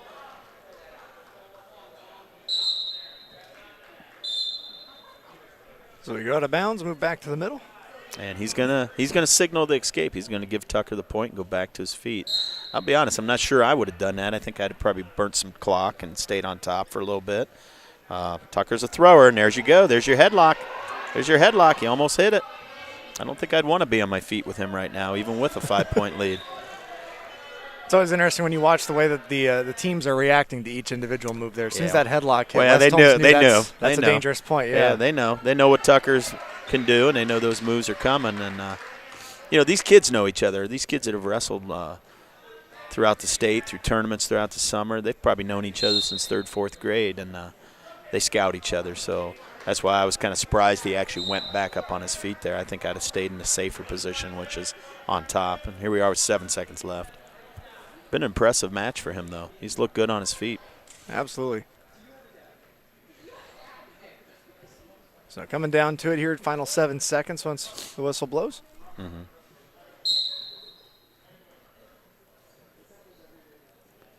It's counting down to 2-1. And that's going to go down as just a regular decision at 7 points. Good sportsmanship there by both guys, kind of giving a fist bump and going over to the coaches and doing a fist bump. I kind of laughing during between matches. It's weird these guys roll around on top of each other for 6 minutes, but they're told not to shake hands. Yeah. It is what it is. I get it. But Tucker Kaufman, tough loss there. It's only his 2nd loss of the year, but that's a kid that I imagine you're going to see on the podium at state. So you take that loss and you learn from it. You watch the film, you break it down, and you figure out how can I defend against that shot, because this is a team, this is in the same division as us at State, and you may very well wrestle that kid in March in Columbus. And so it looks like we have another forfeit victory here. Yeah, that would be, remember we saw Connor Varnes tweak that ankle. Yeah. And evidently coaches said that was an ankle that's been bothering him all week, and he was unable to finish that match. So 45 is going to be a forfeit. I don't know if that's going to hold true throughout the day, but looking at the crutches there by the bench, we may be forfeiting another way today. And this is our freshman, Kalin Bowling, coming out today, 152. Right. So 152, we've got Trevor Badu going against him here for Buckeye. Once again, right off the whistle, he goes right for that ankle. And tell you what, that's something I bet West Holmes is making notes of, and you're going to be talking about that in the wrestling room on Monday, that you need to be awake when the whistle blows. And he's right to a near side cradle, and this is tight. This is tight. If he can keep that locked up, and he's walking up underneath that leg. He's got that leg scooped with his other leg. If he can get his other leg behind it, it's really going to be tight. He's going to try to stack that up if he can.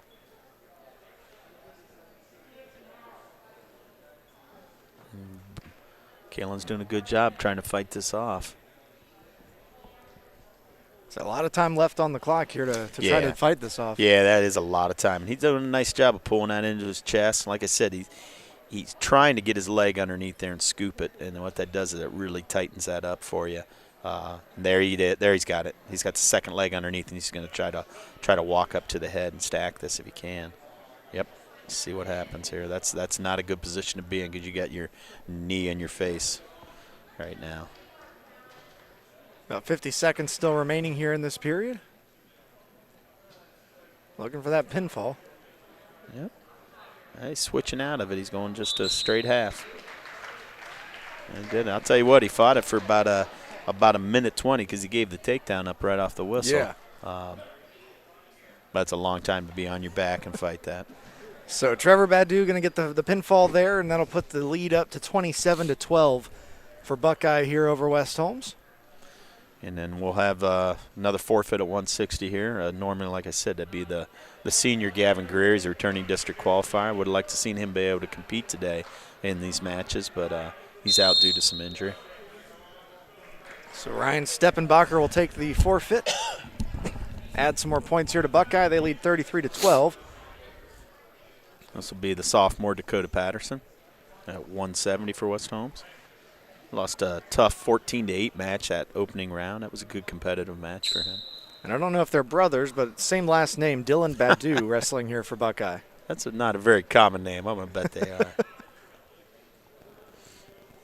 You want to know which one's the little brother. That's what I was curious. Yeah, is Trevor or is Dylan the younger of the two here? You know how that works in wrestling, that little brother. He takes the beating from the big brother at home, so sometimes he's the tougher of the two when it's all said and done. Oh, yeah. Those younger siblings, they can be a little bit more competitive. Yeah. When it comes to that sort of a thing. He comes out, get a snap down to a takedown. Dakota's doing a good job fighting hands here, trying to get back to his feet, see if he can get an escape. He's able to return him to the mat. This is where you got to watch as a wrestler. Just because you're outside that circle now, you can still give up those back points. But he ended up getting the escape.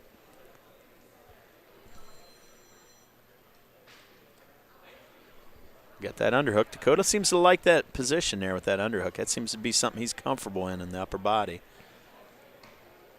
There you go. Fought that off. He's got two underhooks.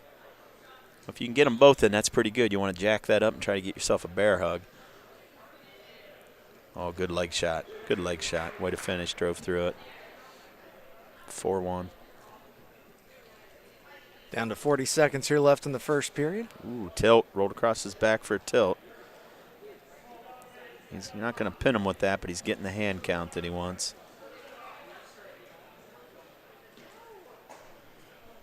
Under 30 seconds left. Yeah, you still got that same hold locked up. A referee's not going to give you a new set of back until you change out of that pinning combination you were in. Now he's walking around the head with it. Still the same hold, though. Got to fight that, you know. Now he's got a reverse half. Chest to chest is a good tight position. Oh. Yep. Patterson was able to keep his shoulder up for a while and did a good job even as he was shifting his weight. But I'll tell you what, it was a good job of chain wrestling by. He started with a tilt, walked around, got an arm bar, walked him around to his back, and then switched off to what we call a reverse half. We just kind of cradle the head. And good job of chain wrestling on his part of moving into a new pinning combination and getting the one that was the tightest. So that's going to give 2 pinfalls here for both the Badus for Buckeye. Yep, and here's freshman Grant Miller's coming up at 182. He had wrestled the Morales kid last round, who was ranked number 6 in the state. Battled him really kind of valiantly, put up a good fight and scored some offensive points, but got snapped down and gave up a spin around there.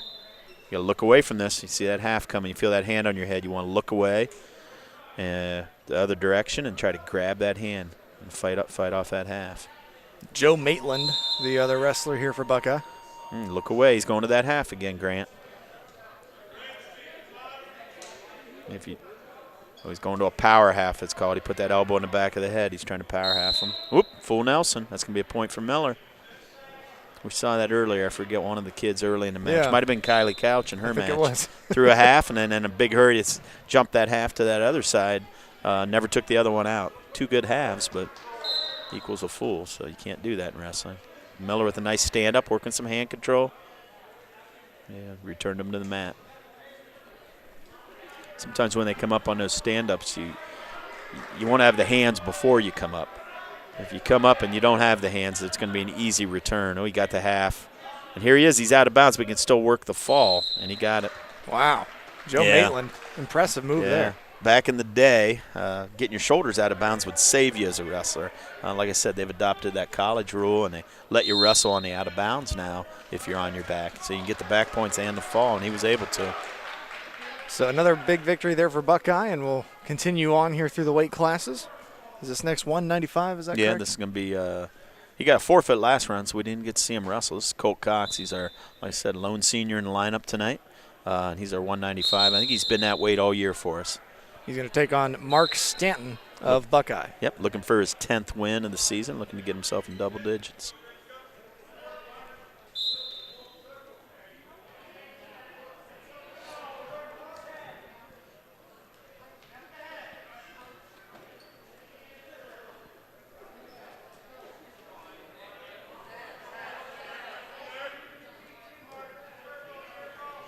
Having not been someone that did amateur wrestling, is clashing of heads a thing that you got to worry about when you're trying to deal with this sort of situation? Yeah, there's a little bit of headbutt that goes on. It's one of the reasons we wear headgear. It's also one of the reasons we have ears that look like oven mitts, call that cauliflower ear, because, that head's going to get in there. And, it's an American style of wrestling. We lead with our heads.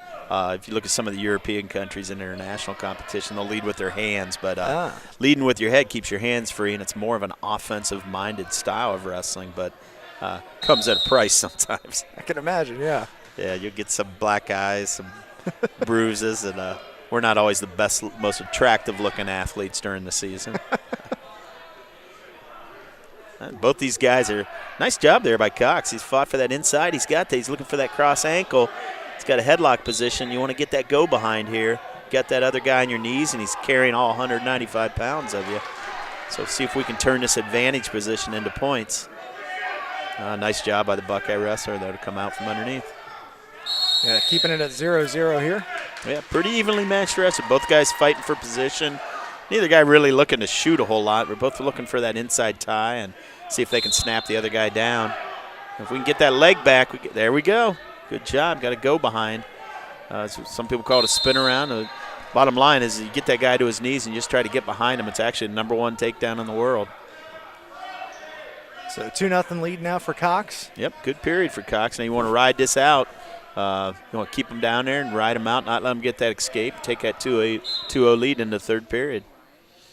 And time ticks off the clock, and that'll be what happens. Yep, good job. It's going to be choice for Cox. What's he going to do here? He's going to defer. Good job. Make that other guy choose. Well, you can't defer back. He's going to choose top. That's a little bit of a surprise. A little bit of surprise down 2-0 to see a guy take top. He must be pretty confident of what he's got for turns, so we'll see if that plays out. If we can get escape here, that really give us a big advantage, especially since we'll have choice again in the third. Got to get your head up off the mat, though, if you're Colt here. Don't put your head down. Some bad things happen. Start seeing cradles and halves. He's still on his base here. He hasn't been able to flatten him out. So if he can kind of get some hands and work up here, well, maybe we can get an escape.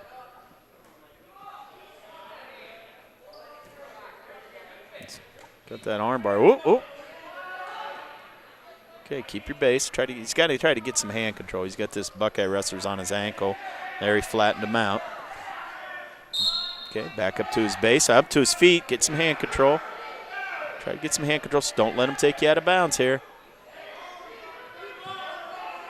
Nice, good job, good job. He's going to get the reversal there on the edge. Good job. Nice job. 4-0. Okay, see what we can work on top here. Down to a minute left in the second here. Yeah, a little bit of a gamble by the Buckeye wrestler taking the top position when it was his choice, and it didn't pay off, so that was big for Colt.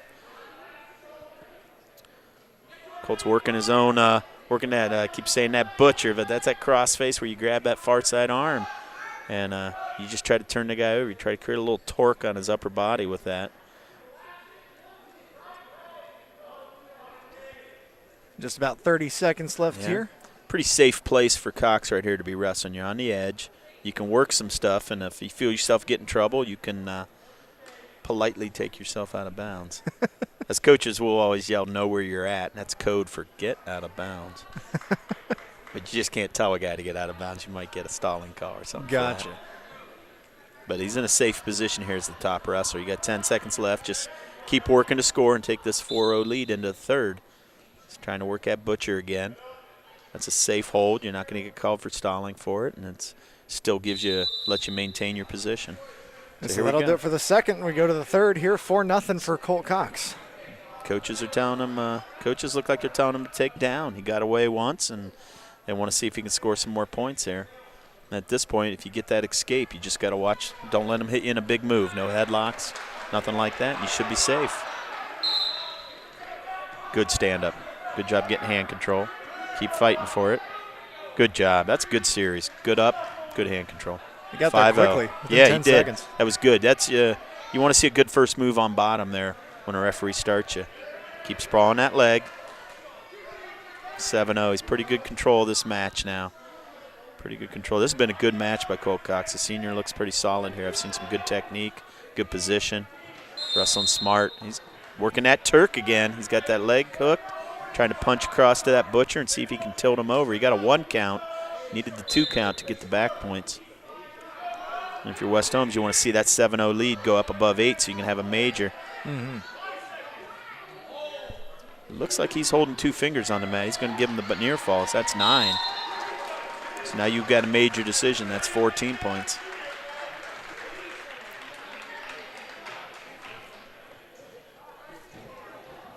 Got an arm bar. He's hooking that leg. He's got him flattened out. Let's see if he can get that bar and put that arm on his back or something. Work for the fall.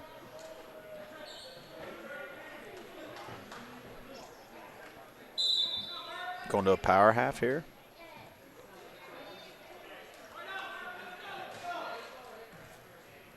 Got him flattened out again. He's had some success with that butcher and that Turk. I'm not so sure I wouldn't just go back to that again. Looks like he is there. He's trying to work that.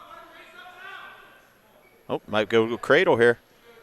When they hip down that hard and try to fight that Turk, it's a good choice to just switch off to a cradle and try to bunch that up.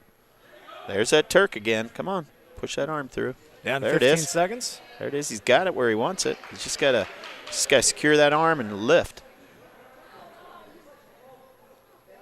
5 seconds. Good job. 5 seconds. Still working. There's that butcher. See how he's walking around the head? Mm-hmm. Creates a lot of pressure. Nice job. Good series. Just as time expired, able to get him rolled over, but a 9-0 victory here for Colt Cox. Yeah, that's going to be a major decision for him. A 10th win of the season and a good, solid win. Good, solid win. That looked good. We get our first look at the sophomore today. You got to forfeit the last time. Elijah Baldridge, 220. Looks like he's got 20 wins on the season already, too, as a sophomore. That's impressive at a 220-pound weight class. He's a big, strong kid. He'll be taking on Jacob Lowry of Buckeye.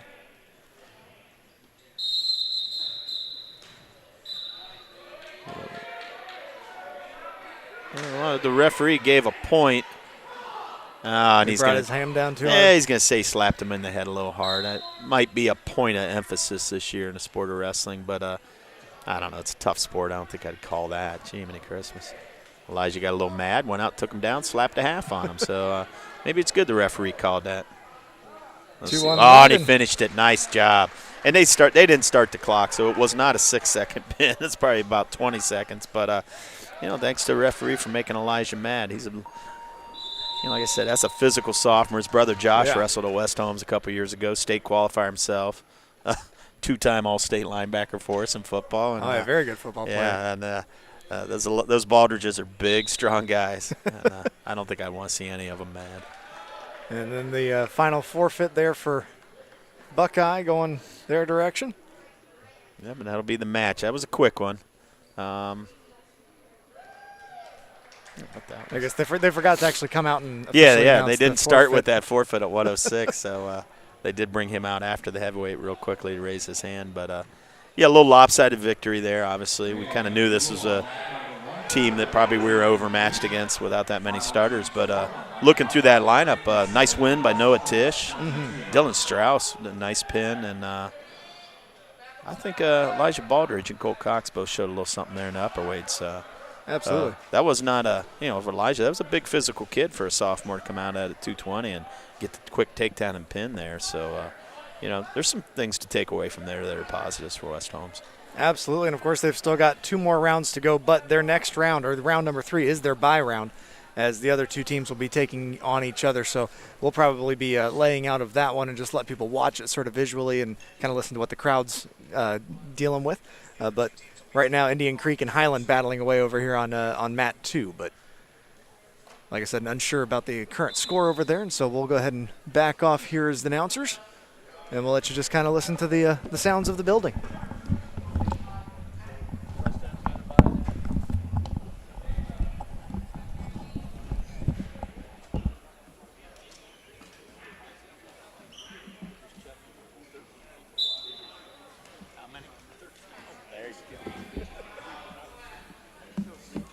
Somebody in Florida watching it, I was just told. I know that.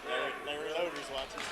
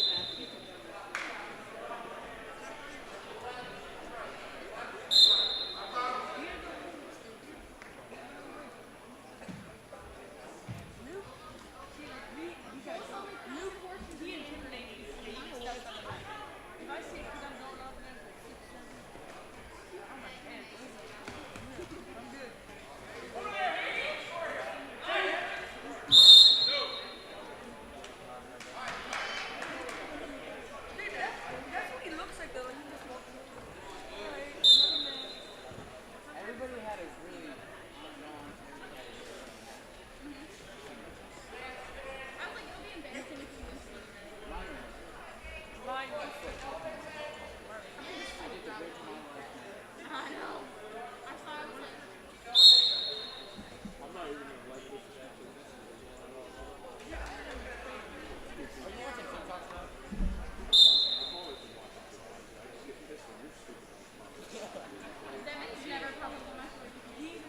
only popped up like once.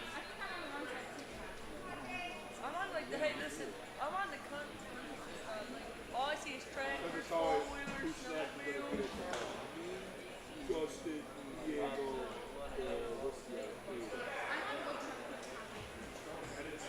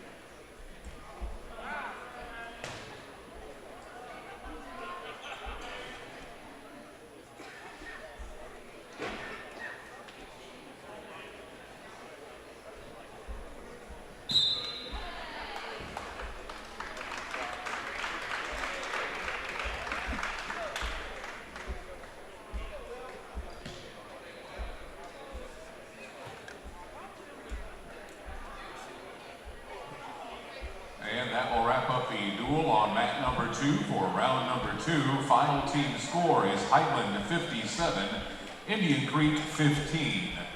We'll go ahead and sanitize mat number 2. Looks like we might have some exhibition matches here on mat 2.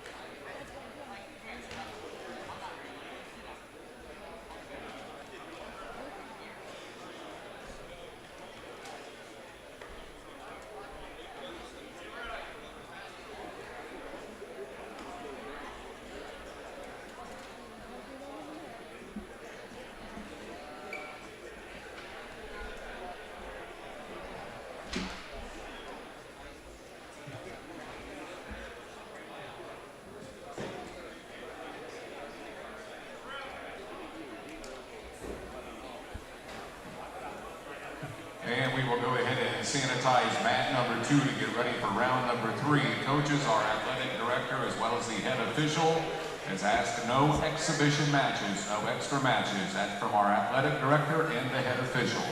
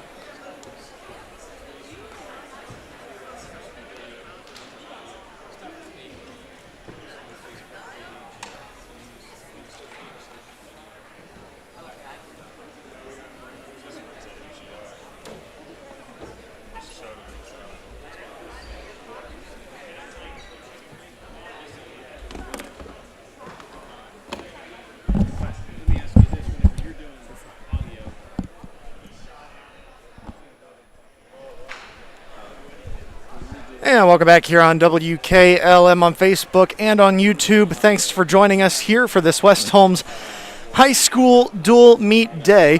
And of course, that last round featured Indian Creek and Highland. Highland getting the victory there 57-15 over Indian Creek. And for the West Holmes team, they would fall to Buckeye in round 2, 57-22. On the other side, actually in round 1, it was Buckeye falling to Highland 37-36, and Keystone defeating West Holmes 41-29. Let's take a look at our sponsors here. We'll quickly run through those. Critchfield Attorneys, also Denco Marketing, Yoder Lumber, MRV Siding Supply, Rody's IGA, Commercial and Savings Bank, and Finish Line Auto Body. Also Kaufman Realty and Auctions, Millersburg Electric, Kime, Holmes Siding, Millersburg Tire, Holmes Wayne Electric, and Premier Pharmacy, and then Village Motors, RES Auction Services, HER Realty, Wayne College, WKLM, and Claxon Communications. Also want to send a thanks to Andrew Wallace, John Williams, and Fred Williams, as well as Casey Claxon and Will O'Donnell for all the work that has gone into getting us on the air and keeping us on the air throughout today. Now the next round is going to be the round 3 of the day. In round 3, West Holmes is on a bye, so they will not be participating, but Buckeye will take on Indian Creek, and Keystone will battle Highland in this third round. And, of course, we'll be back to talk more when we get to round 4 when West Holmes takes on Highland. But visually, you'll be able to tune in right now as we'll have both of these matches going at the same time. Buckeye versus Indian Creek and Keystone versus Highland, but I'm going to go ahead and step back off the mic and invite you to stay tuned.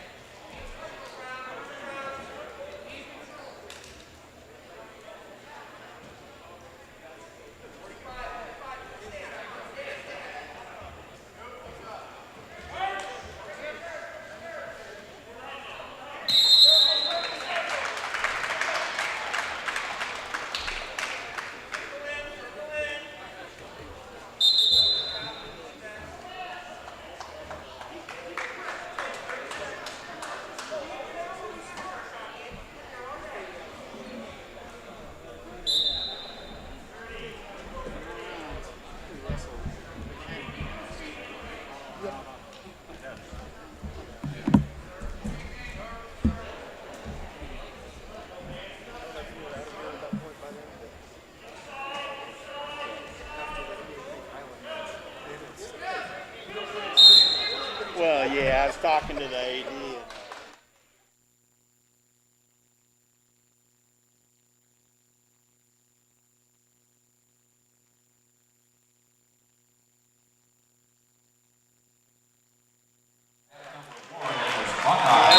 And, Indian Creek 21. Again, that one action in round 3. Buckeyes 60, Indian Creek.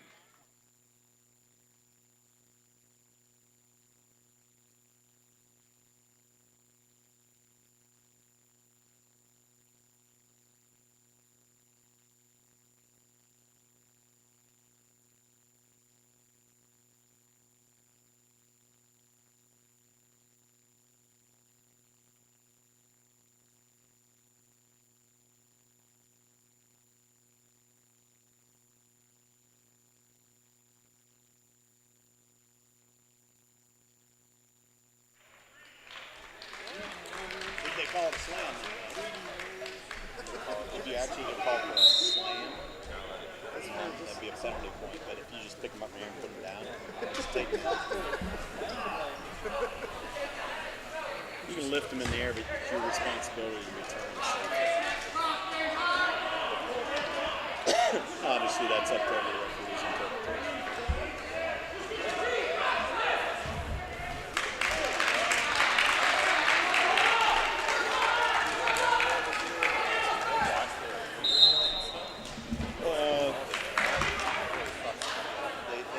They check that before the match when they do weigh-in. They'll check the and when you grab hands, you got to grab 4 fingers.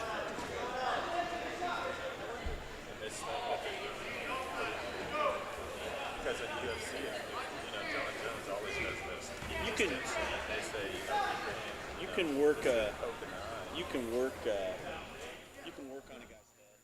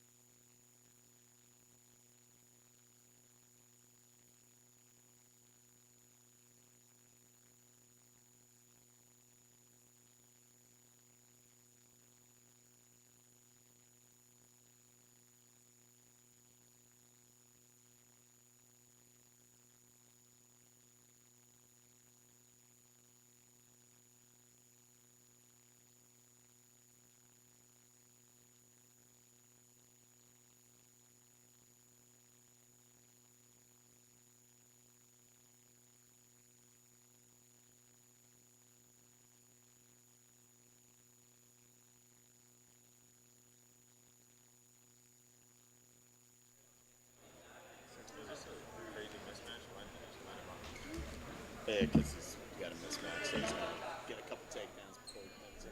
You don't want to see a kid embarrass somebody, but you know you got that.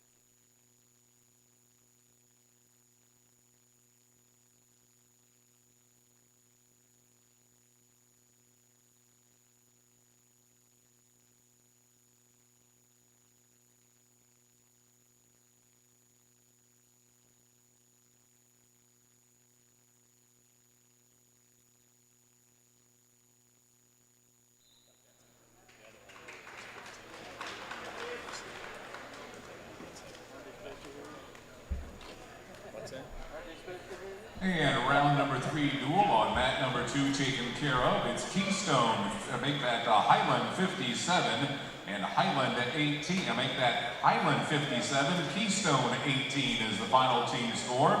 Again, 57-18, Highland over Keystone.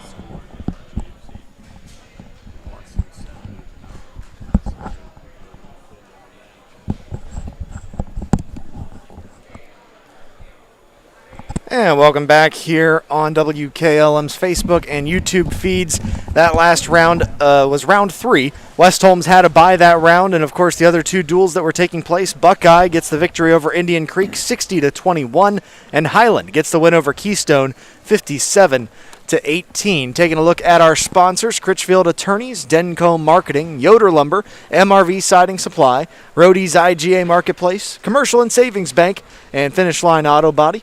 Also Kaufman Realty and Auctions, Millersburg Electric, Kime, Holmes Siding, Millersburg Tire, Holmes Wayne Electric, and Premier Pharmacy, and then also Village Motors, RES Auction Services, HER Realty, Wayne College, and of course WKLM and Claxon Communications, keeping us on the air here today on Facebook and YouTube.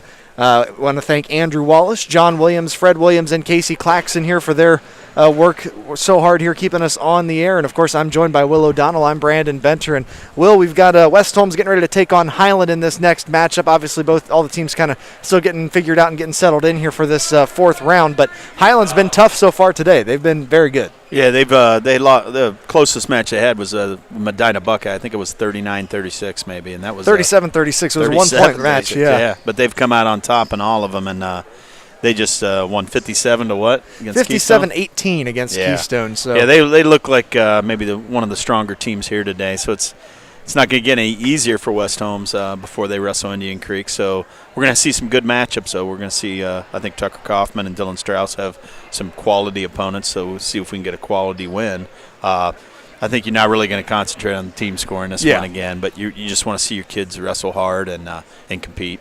And Highland's one of those teams, it seems like they've apparently just done a really good job with their contact and their COVID precautions. They've brought a huge number of people here today. Yeah, they brought a lot of extras hoping to get them some matches, and I think there was maybe a little misunderstanding when they came here about whether you could do that or not. But this is a varsity tournament, so it's going to be varsity matches. Absolutely. So West Holmes getting ready to take on the team from Highland, the Medina Highland Hornets here, getting ready to go up against them. But we'll see when that gets started here very shortly. So we'll once again step away for a few minutes here, and we'll be right back as soon as this thing gets underway. I think they're going to start at 1:20.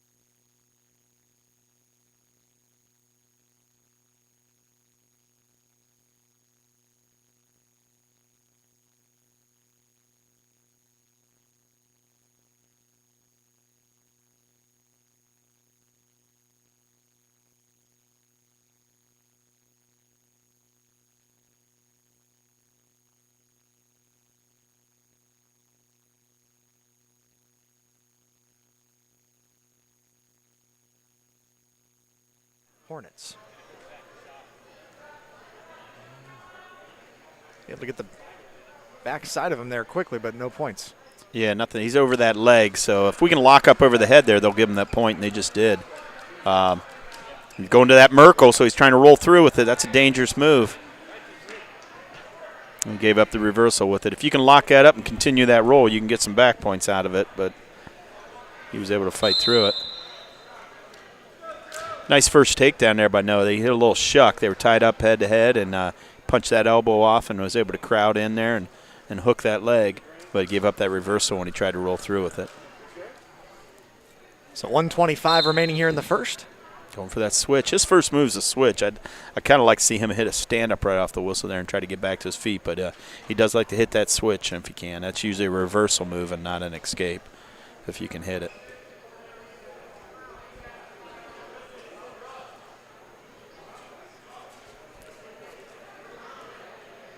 Top wrestler trying to dig in that arm bar if he can. Noah's got to try to fight that arm forward and build that base again, see if he can work back up to his feet. It's getting a little bit broken down, a little bit extended there by that top man. Now he's looking to throw a half. Look away and peel. He's got that bar secured, though. Now, when you're going for those halves, do you have to watch out for the headgear? Is that an issue of making sure you're not? Well, you can't grab the headgear. You can't latch onto it and use it, but it's kind of unavoidable that your hand's going to be up there. But, gotcha. Yeah, you just can't grab it and use it to your advantage. But the important thing, he's got that bar, and that's a tough position to be in for the bottom man. And if you're patient, you're going to, like he just did, he got a 1 count there. Now he's got a 2 count. So he's got near fall criteria met. And you got short time. You got to try to fight this if you're Noah. Yeah, just 10 seconds remaining. Mm-hmm. Yeah, you got to fight your back and live for the next period. It'd be 5-2 if you can fight through it. He's close. We'll see if he gave it to him. He called the pin, but I don't know if the bopper was coming down with the towel or not. Let's see what he says. And it looks like the mat judge agrees. He's going to give him the fall. That was right at the buzzer. Wow, Corey Haney, impressive pin there. Fought all the way, like you said, right down to the buzzer. And I guess that's why you continue to fight like that. Yeah, and that'd be about a half second. And usually what you're asking with the 2 referees is you're watching the one guy should be watching the clock and the other guy should be looking for the fall. So when they concurred there, they gave him the pin. That's a tough way to lose with that much time left in the period. So 6 points will be awarded to the Highland team. They'll take the lead here early in this one. And Dylan Strauss at 132, 1-1 on the day. Lost that first match in a really one of the best matchups for the Knights in that first round. 2 state-ranked wrestlers. And we mentioned some of the extra wrestlers here for Highland, so I'm unsure on which specific wrestlers out here. It's either Chase Crutchley or Liam Wright. Yeah, without knowing them, and I'm not hearing any announcements as they take the match. So difficult to do when you've got multiple wrestling matches happening at one time, I assume. So Dylan's got that crossface to that backside arm. He lost it now. It looked like he was going to try to set up a cradle. Went out and hit that similar takedown to Noah Tish for that first takedown. They were tied up head to head, and you kind of feel that guy leaning. You punch that arm off your head. It's called a shuck, and he was able to. Oh! Nice lift. Nice return to the mat. You can do that in wrestling. That's not a slam. It's your responsibility to return him safely when you lift him in the air, and referees keep an eye on that, but he did a nice job of it. So then the advantage of lifting is just to not allow any sort of just to get him back to the mat. But, anytime you lift a guy in the air, whether it's a takedown or in that situation, you just got to do it safely when you return him. Otherwise, they can call it a slam, and that would be a penalty point awarded to the other wrestler. Gotcha. Okay. Looking for that cradle again. I think he's got it locked up. Down to 45 seconds left here in the first. He's still got it locked. He jumps sides. He needs to try to push off with that foot. He looks like he wants to try to roll across his own back. That's dangerous. He got him. He was able to jump sides. He's got that. He's got the 5 count. Once they count to 5, the referees will stop counting. They'll just look for the pin. Then, once you get the 5 count, you've secured 3 back points. So 5-0. Good period here for Strauss. See if he can get one more turn here before the period's over. Down to 10 seconds.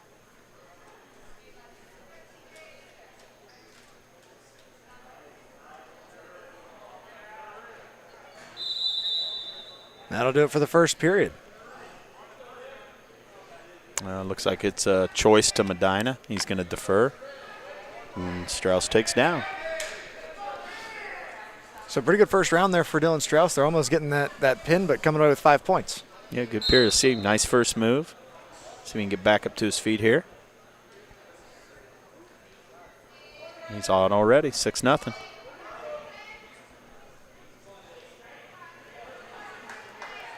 Nice shot. Nice job. Good tie-up, good position, and good hard double leg right to his back. See if we can get the back points out of that. Got a 1 count. I don't think he's met two-point criteria yet.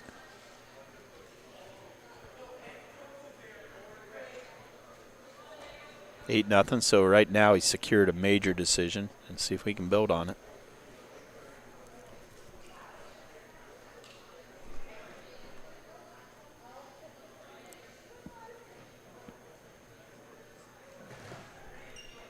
Another good job of returning from that. It's one of the reasons when you come up to your feet as a bottom guy, you want to have hand control. If you have hand control, you're not going to get lifted like that. There's not many positions you want to be in wrestling when you're in the air like that. When you would normally put yourself at the mercy of the other man to be gentle with you. So you'd use child guys not to come up until they have hand control. So it's mainly just about getting rid of the leverage that your legs being on the ground give you, I guess. Yeah, you're not very strong when you're in the air. You got to be careful here if you're Dylan. He's working that spine. The referees sometimes stop that if they see that getting kind of twisted up. There's a weird position there.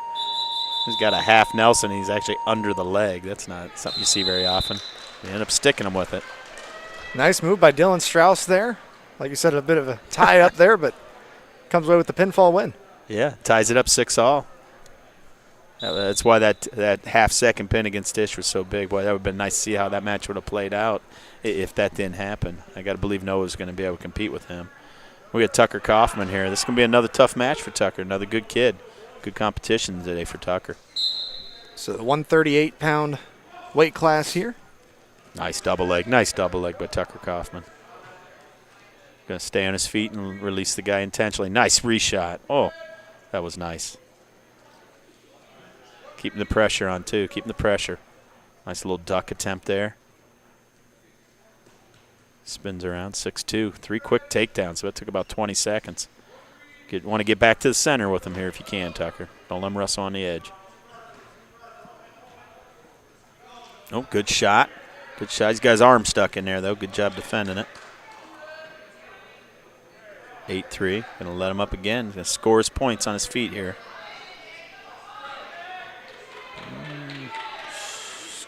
Might have that score wrong, but we'll see. I thought that was another takedown there. 8-4.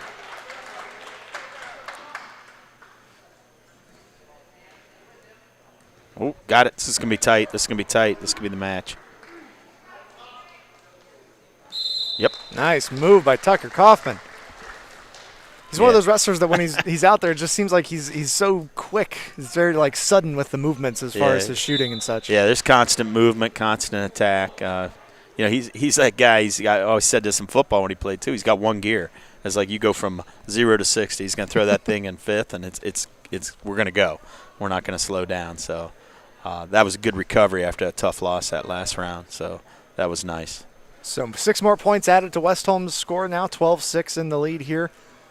Of course, we do have a bunch of forfeits that will be coming up. We're not necessarily expecting to get the team win here, but, hey, so far it's looking pretty good here for this team. Yeah, and I think you're going to see a forfeit of 45 with Connor Varnes out with that ankle injury. So that's going to tie the match just with that. And then we got freshman Kalin Bowling coming out here at 152. So 152, potential 3 wrestlers for the other team as well for Highland, so we'll not worry about that.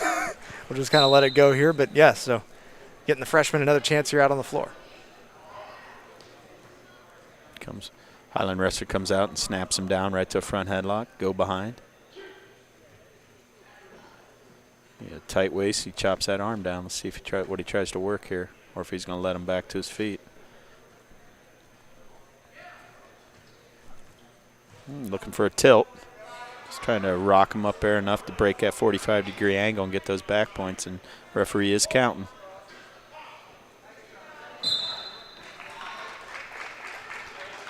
Three back points, 3 near fall. Yeah, that tilt, that's just a little move. You're just trying to get the back points. You're probably not going to pin him with it, but 3 points here, 3 points there, and you can blow that match open pretty quick. Yeah, already up to 5-0 lead here for Highland with about a minute left here in this first period. Oh, he's throwing that leg in, working that Turk, we call it, trying to scoop that head into that elbow and just try to pull him across to his back. Once again, not something you're usually going to pin a guy with, but you'll meet near fall criteria. And the referee signaling 3, pointing his fingers down at the mat. Kind of lets that wrestler know you've already reached that, and you let him roll back and you go to a new hold and keep trying to run up points.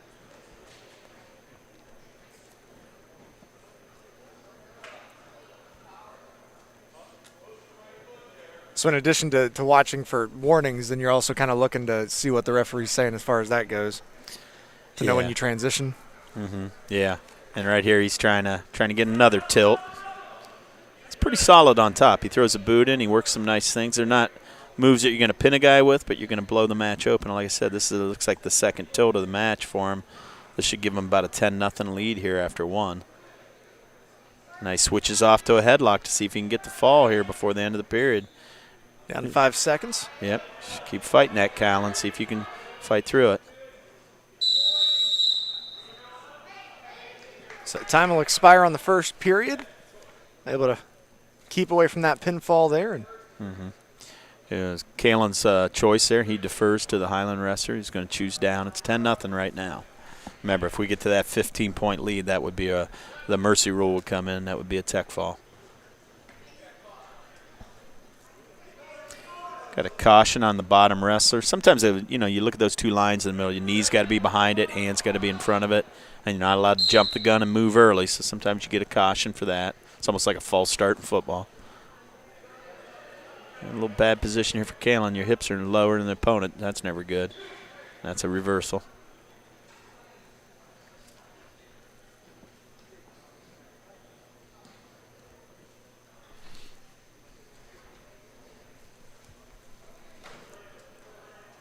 down to 130 here in this second. Yeah, 12-0. And if you're the Medina wrestler on top, I mean, yeah, you want to get a tech fall, but at the same time, your coach is probably telling you to look for the pin if you can. Let's get that extra team point. So I would imagine if he tries to turn him this time, he'd want something a little tighter than just that tilt that he's been using.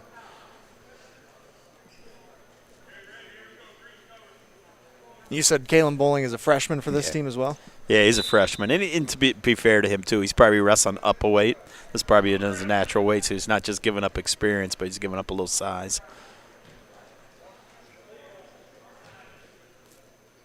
And this is tight. He's got double arm bar, and he's kind of working this over.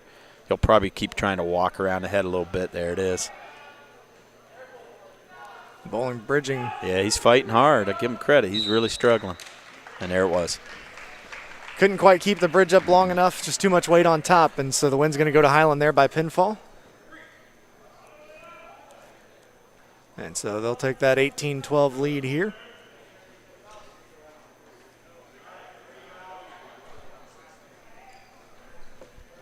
And we're going to get another forfeit here at 160. We've been forfeiting that weight all day today. We have been.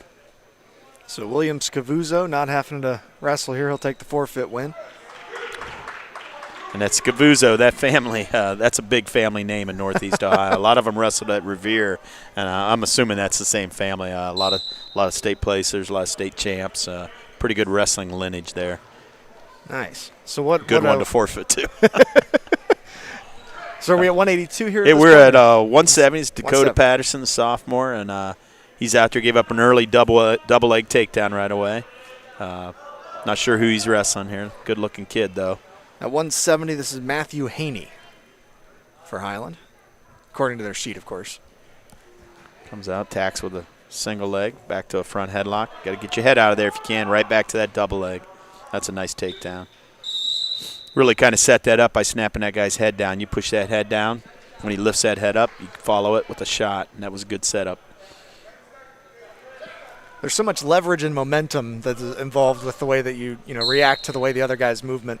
Yeah, a little bit of, I had a coach tell me one time years ago, it's a little bit of science. He said for every reaction, there's an equal and opposite reaction. And, if a guy's pushing forward, a guy's pushing back. If a guy's moving right, a guy's moving left. And, these guys understand that. That's called a setup. And they take advantage, try to get the momentum going one direction and utilize it. And that double leg, that was good. I mean, he pushed Dakota's head down. Dakota wanted to get his head up.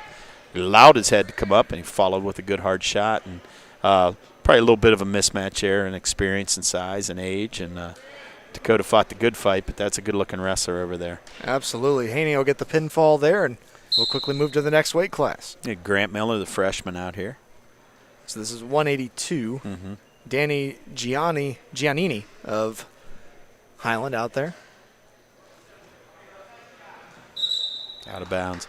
Good double legs. I don't know if that's a point of emphasis for this team. It's something they drill a lot in practice.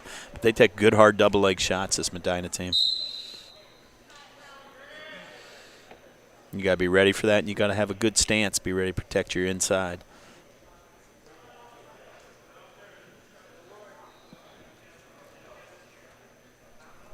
We've seen some good stuff here from this freshman as well, than Grant Miller. Yeah, I mean, he's competing. I mean, I was talking to his dad, actually, between rounds, who was Bill Miller, who was a college wrestler and a heavyweight hire at West Holmes. And we've both been through it with our sons. You know what this is. You know, when you're freshmen in these weight classes, you're a boy among men, and you just got to keep your head up and take your lessons and take your lumps, but know that your day's coming. And the same thing's gonna be said for Grant. He's gonna one day be that junior and senior out there beating up a little freshman. Although Grant Miller's not a little freshman, he's pretty put together for a kid his age. Absolutely. Yeah, that's what as I was watching this. It's crazy how much different wrestlers have the different bodies and different families. You have some kids out here that are 106 pounds and barely 5 foot tall, and other kids out here 6'5". Yep. They're in the same grade. Yep. But Grant's a kid who works pretty hard in the weight room for us, and you can see looking at him, he doesn't look like your typical 15-year-old. So not at all. The experience is what he's getting right now, and that's going to really pay off. Once again, good hard double leg. Boys, that's explosive, that's fast, and it seems like you would see that coming from a mile away, but he hits it hard, he hits it well. Up to a 4-1 lead here after that last takedown. Yeah, he's got us flattened out. You got to try to build your base here. You got about 5 seconds. You want to just kind of get out of the period without giving up any more points. So that'll do it for period number 1. A 4-1 lead here for Highland after the first. I see Grant's brother Grayson over there in his corner kind of telling him, get in a stance, get your hands up, protect that shot. I know what he's telling him. It's hard to do sometimes.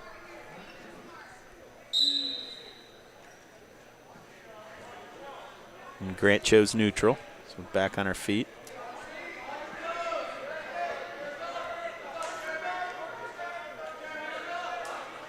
Trying to get that hand off his head and get in a better position here. Medina wrestler not letting him. Really working the head of the West Holmes wrestler.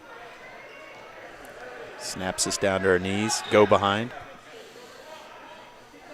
Able to get the 2 points off that one. Now a 6-1 lead. Yep. Sometimes that's sometimes that's the easiest thing to do is just to snap a guy down to his knees and spin around behind him. It's nothing fancy about it, but a highly effective takedown. He's working an arm bar himself here. He's trying to dig that in, and Grant's trying to fight that right arm forward, see if he can get out of that bar. And did a good job of it. Good job defending it. Got a minute left in the period. Grant's trying to build that base.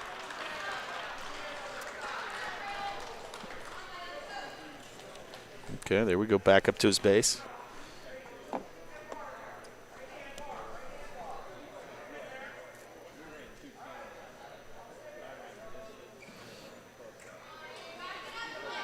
Okay. Couldn't turn him, so he lets him up, makes it 6-2. At 30 seconds in the period. You want to try to keep this match within striking distance here. I mean, 4 points is still a one-move match.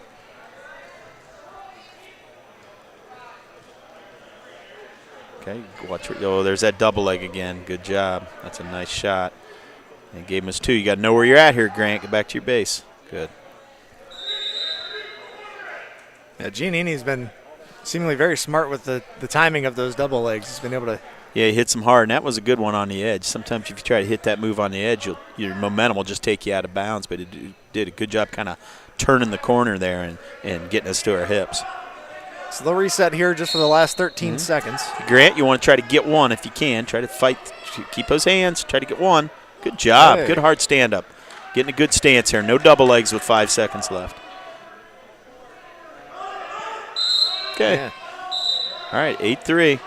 Medina wrestler's probably going to choose down, I would imagine. Yep. 5-point match. Like I said, it would take a throw. It would take a headlock. It would take something where you get the takedown and immediately get the guy to his back to even this thing up. That's not easy to do, especially when you're the guy with the lead. You're going to defend that. But that was a good hard stand-up and good job with hand control. He's done a nice job of that throughout the day, actually. Able to get the escape. Yep, 9-3.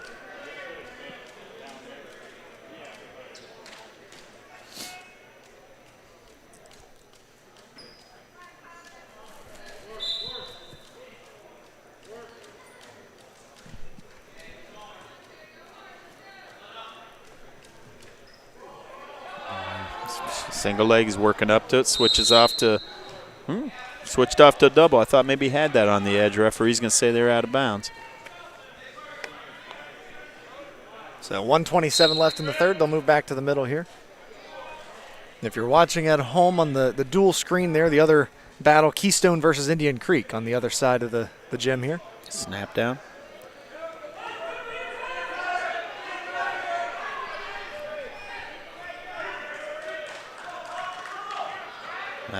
No, it's not a strong shot there. You don't want to go underneath the guy if you don't have to. When you shoot from too far away sometimes like that, you give up that position. And smart job by the Medina wrestler of turning that into an easy go behind.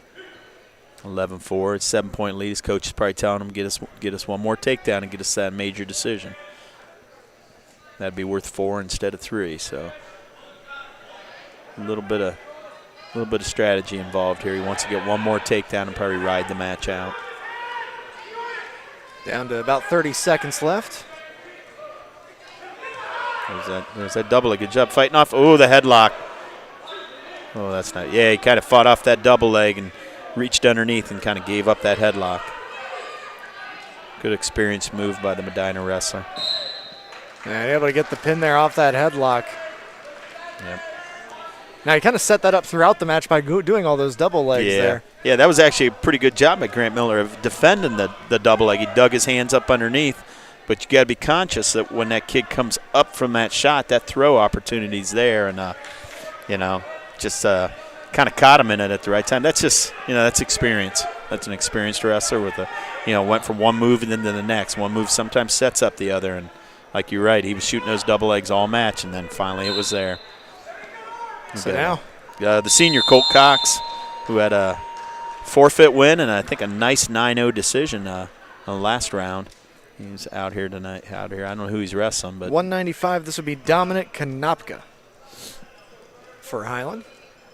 36-12 lead for Highland so far here in this dual meet.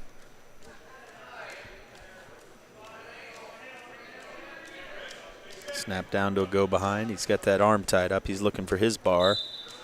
Oop, rolling across his back for a tilt.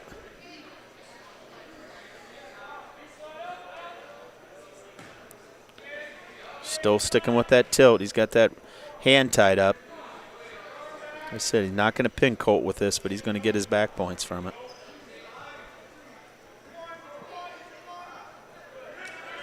Got the 5 count. Yep, and you'll see those wrestlers when they realize that referee's giving that 5th count, they'll let the hold break and they'll go to the next one because you can't keep turning them with the same hold. You've got to move to something new to get the additional back points. Oh, he's got a half. This is going to be tight. He lifted that head up. That was a nice job of finishing it. Nice move by Dominic Konopka. Yep. Get that pinfall.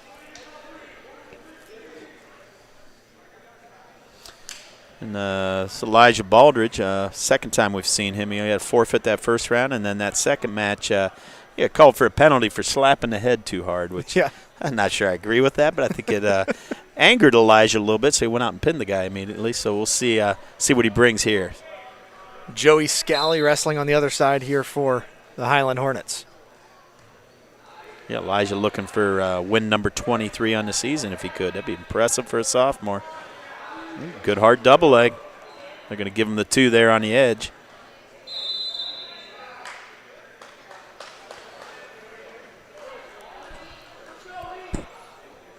Able to get out of bounds there. So 2-0 score with 1:44 left in the first. We'll go back to the middle.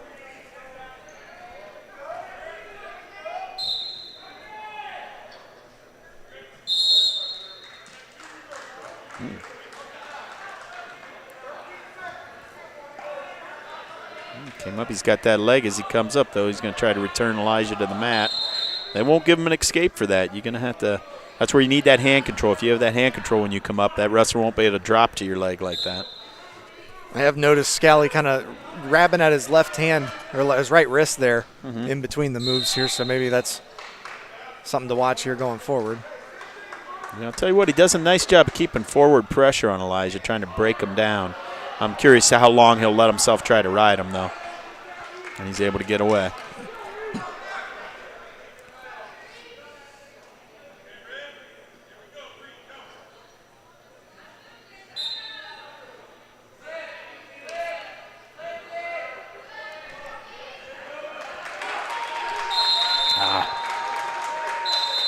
Out of bounds. You got to be careful there. He's pushing in, and you know that guy eventually is going to drop down underneath you. You got to be ready for that. And Coach Miller's telling him, snap him down. Well, he does go to that head hard. I can hear that all the way up here. You get that slap noise. Yep, I like that. We call that heavy hands in wrestling, and that's you coach that. We work on that. I guess if you get a little overzealous with it, there's that barrel roll. Same thing, Elijah. You're pushing forward. That guy uses your momentum against you. He did it second time. This time he's going to get back points. Try to fight your back here and try to get back to your base. This is tight. He's going to sink that half, and he's going to try to adjust and get his chest on chest. If you can do that, this might be a fall opportunity. Down to about 20 seconds in the first. Yep.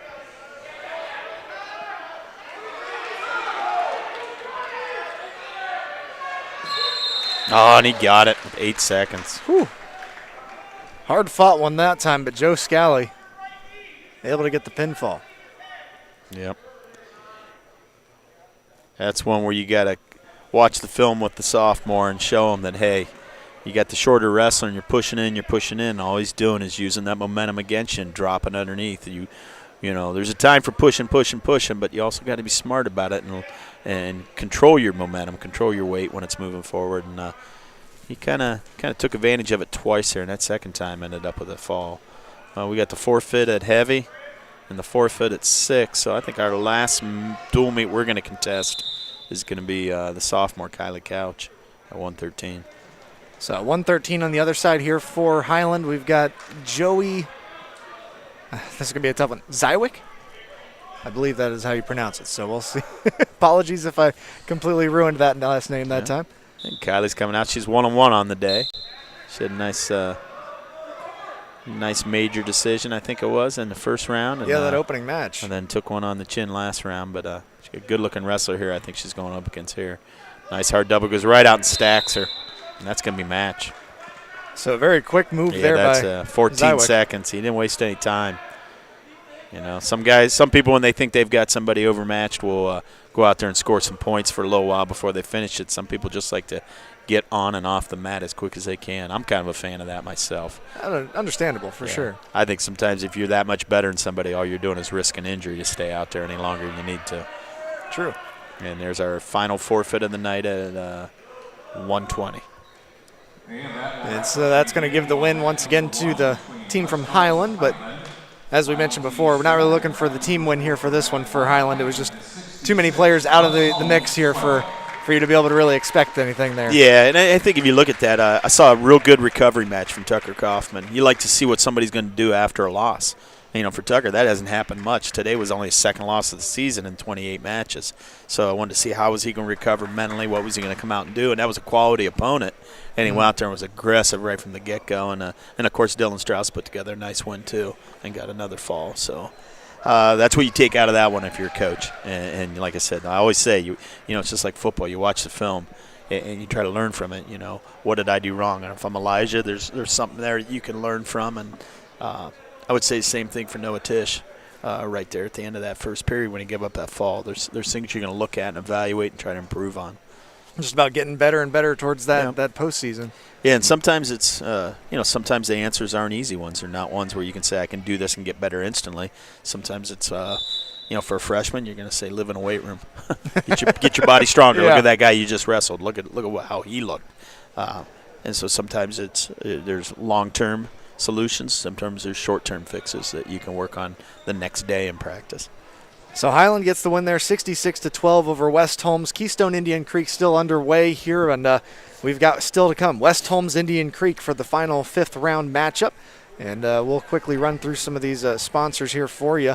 I want to make sure to thank the other guys that are involved here, Andrew Wallace, John Williams, Fred Williams. But as far as sponsors, Critchfield Attorneys involved, Denco Marketing, Yoder Lumber, MRV Siding Supply, Roadies IGA, also the Commercial and Savings Bank, Finish Line Auto Body, Kaufman Realty and Auctions, Millersburg Electric, Kime, Holmes Siding, Millersburg Tire, Holmes Wayne Electric, and Premier Pharmacy all involved, as well as Village Motors, RES Auction Services, HER Realty, Wayne College, and of course WKLM and the fine folks at Claxon Communications getting us on the air visually here today with this coverage. So we're going to pop back off the mics here for a little bit. You can still watch the rest of the Keystone Indian Creek matchup, and we'll be back with West Holmes versus Indian Creek coming up in the 5th round.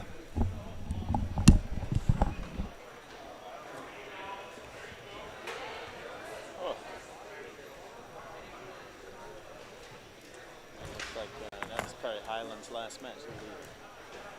Yeah, they're the bye round next week.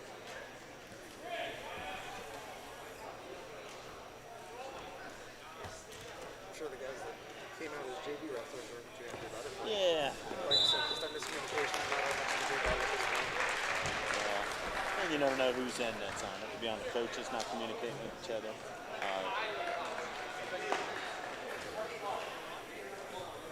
And I don't know what teams have done throughout the season in different places. Yeah. I know we've literally run tournaments where, like the OCC tournament, where you guys are in years past, because that tournament's so small, you have to guarantee that rest time between matches. We sometimes take some breaks between the first, second, third match, and allowed extras to compete during break time. I don't know what they'll do this year. I wonder what the whole sanitation process, if that would be something that's Might not be able to. And I gotta be honest, I'm not real up on it.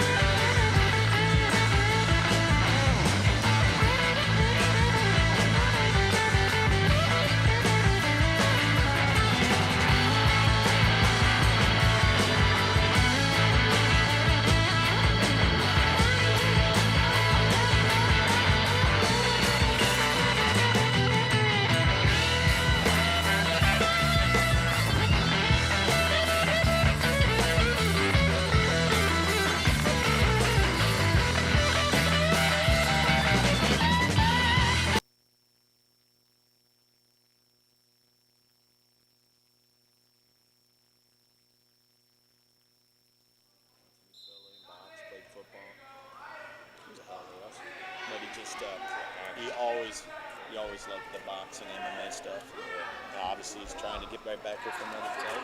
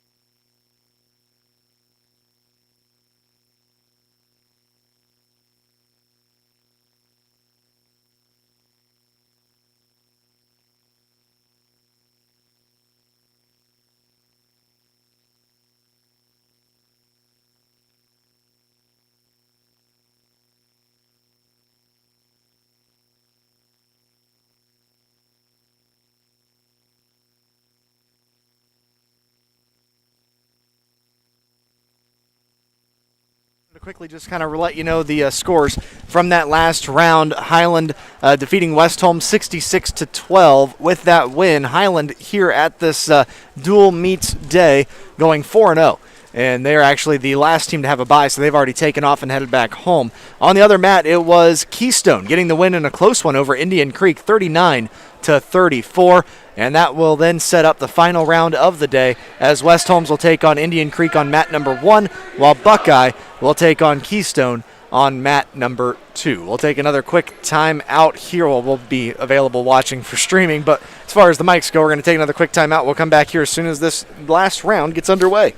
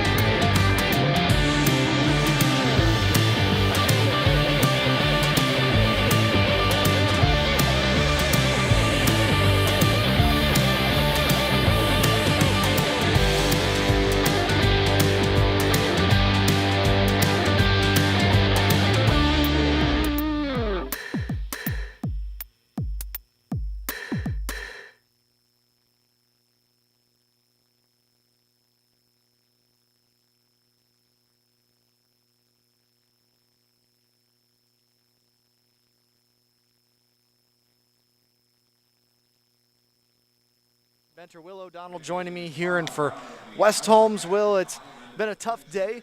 A couple losses they've been picking up here, but they kind of expected that coming into it with the limited number of wrestlers they have available. Yeah, I think if you're West Holmes, the one match maybe that you had circled that you thought with that many guys out that you could really be competitive in was that first one against Keystone. And, you know, that one where they were in really came down to that 182-pound match. They wouldn't needed to beat a state-ranked wrestler with a freshman. That's probably a pretty tough task to ask them to do. But we knew Medina and we knew Medina Buckeye were really probably two of the top teams that were going to be here today. Oh, yeah. Like to see what we can do with this Indian Creek team. I think there's some matches here that are there that we can compete in and win. So, you know, it's like anything. You want to win the ones you're good enough to win. You want to lose the ones you're bad enough to lose, and you hope you get those swing matches. Absolutely. So looking back here throughout the day here, West Holmes falling in the first round 41-29. In round 2 against Buckeye, it was 57-22. Round 3, they had the bye, and then that round 4 was 66-12. Yeah, we start off.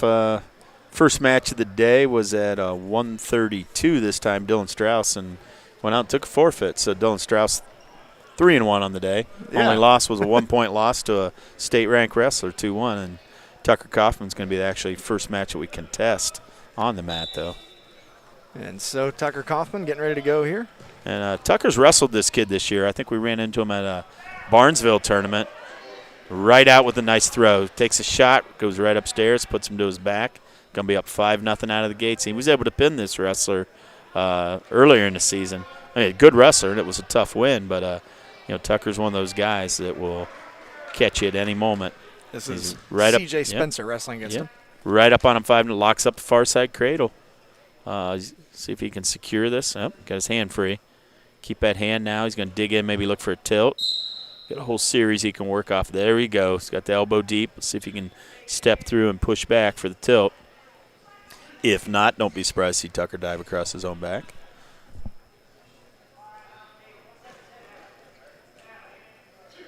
Down to about a minute left here in this first, and he's going to get the escape. Yeah, he's going to cut him loose here, 5-1. Beats that shot. He beat the shot. Let's see what we got. Oh, going through it. Oh, that's tough. That's screw lock, and that is tight. It's over. What a move for Tucker Kaufman. Yep. Not a lot of guys can hit that from their feet. That's got a lot of names for it. I call it a screw lock. You basically have a front headlock, and you're on your feet. And rather than doing a safe thing and snapping him down to his knees and getting your go behind, Tucker just decides to roll through it and lands up on top, and that's a fall. And Indian Creek wrestler didn't really know what hit him there in that second. So big win there for Tucker Kaufman, and we'll move on through here the weight classes, but a 12-0 lead here for West Holmes so far over Indian Creek. Yeah, Tucker ends up 3-1 on the day, and his only loss to a state-ranked wrestler. So he rebounded nice, though, after that. Sometimes you don't know how a guy's going to come back from a loss, and I think he went 3-0 after that. There's going to be a forfeit round there for Indian Creek to pick up 6 points. And yep, Connor Varnes' weight. He had to give up that forfeit. He's been out all day after he hurt that ankle, and this is going to be the freshman Kalin Bowling at 152. So at 152, there's, 4 potential wrestlers that could be wrestling for Indian Creek here today. Either Jeremy Brown, Foster Moriano, Nathan Martin, or Mason Scharfenberg.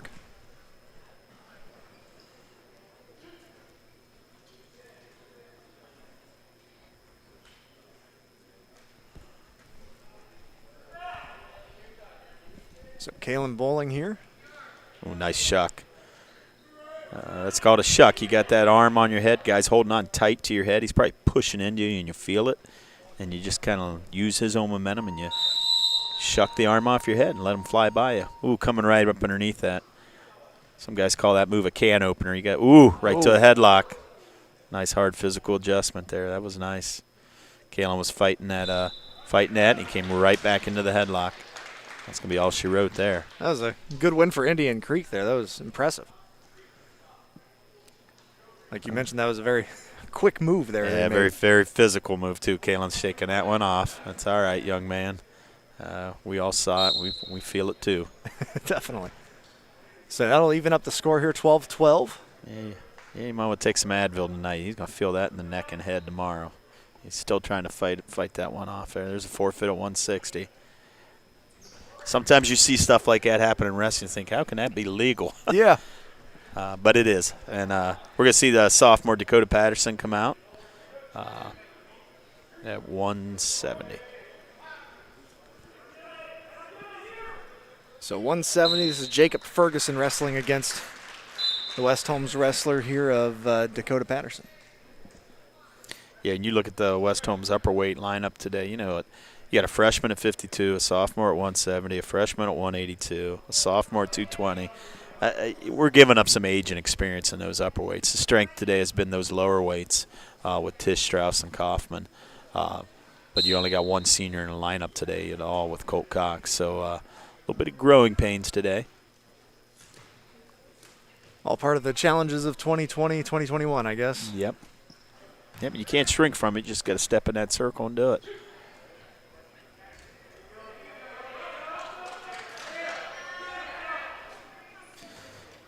"45 seconds passed so far. A lot of feeling out here early on.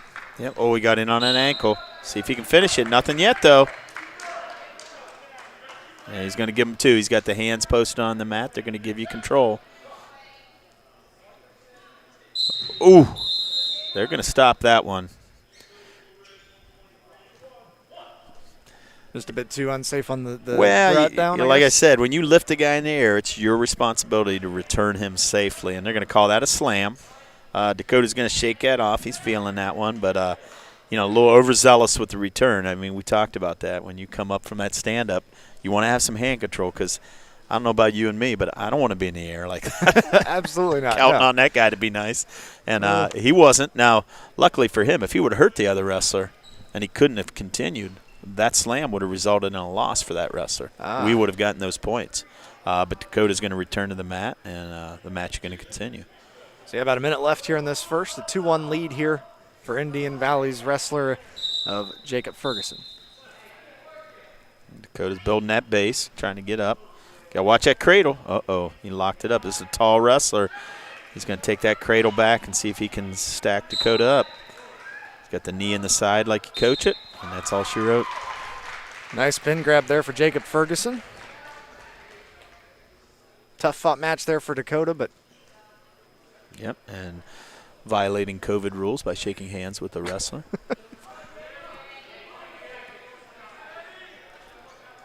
And we're going to see the freshman, Grant Miller, come out for the fourth time today at 182. Like you said, I think that's one of those where it's the rule was made for all the sports, and so it doesn't make a whole lot of sense in wrestling specifically. And we're going to get a forfeit at 182, so Grant Miller's going to get a win on the day. I mean, it counts as 6 points. It's like a pin. And it looks like the senior Colt Cox is going to be the next contested match at 195. Yeah, I shouldn't make fun of it. I know I'm sure put it in there for safety reasons. It's just, I guess as a former wrestler, I see guys out on the mat rolling around sweating at each other for 6 minutes. So I get it when it's a basketball team and the subs haven't been involved. It's like that makes sense. But here, like you said, you've got two guys that are rolling around. But it's for the right reason, so I should stop. So this is the 195-pound weight class? Yep, and we got a takedown right to another cradle. These Indian Creek wrestlers, man, they like their cradles. That's about the third cradle of the match we've seen. So, sometimes you watch a team wrestle and you see those Medina kids hitting those good hard double legs, and then you see a team like Indian Creek coming out and locking up cradles. You know that it's a little bit of their team identity. It's something they must practice and drill and preach in their room, and it's been something that it's been pretty effective so far for them. Yeah, it's been good for them here tonight. Austin Starr got that pinfall. Yep, and here's Elijah Baldridge coming out. Got a kid he's going to wrestle. Similar build to the last wrestler he faced from Medina. Let's see if he wises up a little bit when he pushes into him, not to let this kid drive underneath him. I love this last name, Gavin Donzilla. So it's a good wrestling name, isn't it? It is a good wrestling name. And he wrestling. Ooh, right to a bear hug. Oh, Elijah was able to stop it. It's got him on. Boy, he went right out and bear hugged Elijah. He fought it off, got the takedown, almost had him on his back. Yeah, any wrestling name that ends in Zilla. Yeah. That's a nice name. Okay, Elijah's in a front headlock position here. Let's see what he can do with it. Ooh, he's going for the cement mixer. That's a weird name, I know, but he's got it, and it's locked up. This should be match. Yep. He's going to get the pin. Nice move by Elijah Baldridge. Yeah, you end up with that front headlock. We call that a cement mixer. You just lock that up and you let it fly, and he did. Good job for him. Win number 23 on the year, I think, for Elijah. That was one of those pin or be pin matches. I don't think either one was going to win that match by decision the way they were wrestling. No. Yeah, Zilla's best chance was probably that bear hug when he locked it up early in the match. So I think Are we going straight to 113, or are they going to get a 106? Well, should be. This looks like a forfeit at 106. Yeah. And then I think our last 2 matches, yeah, here comes 113. we're going to see Kylie Couch at 113, and then we'll have Noah Tish at 126. And Kylie started the day off with a nice win and lost her next 2 to 2 really good-looking wrestlers from Buckeye and Highland. Let's see if she can end the day with a win here. On the other side, 113, Brent Rayburn for the Indian Creek team.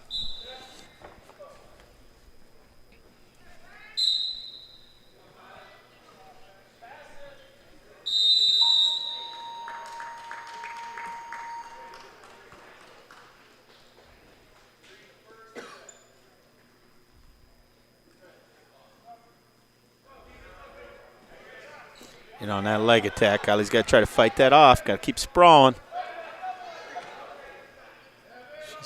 He's going to try to lift her and return her to the mat. She's got to keep pressure, try to keep that foot on the mat. She's fighting with that wizard, fighting that hand control. Nothing yet. Good job defending that shot so far. Keep pressure on that head. She's getting that knee twisted up a little in there. Referees are going to watch that. Make sure we don't get in an unsafe situation there. I'm kind of surprised they haven't called. There it is. Potentially dangerous. They'll stop that hold rather than let the wrestler get hurt. About 1:09 left here in this first. Okay. Still at 0-0. Yep. He showed that takedown shot. She needs to be aware of that and defend that.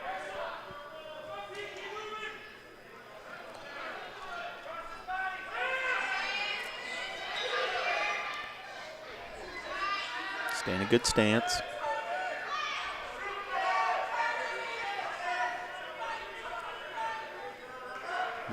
Both wrestlers kind of fighting for hand control, trying to see if they can gain a little advantage to create an opening to shoot.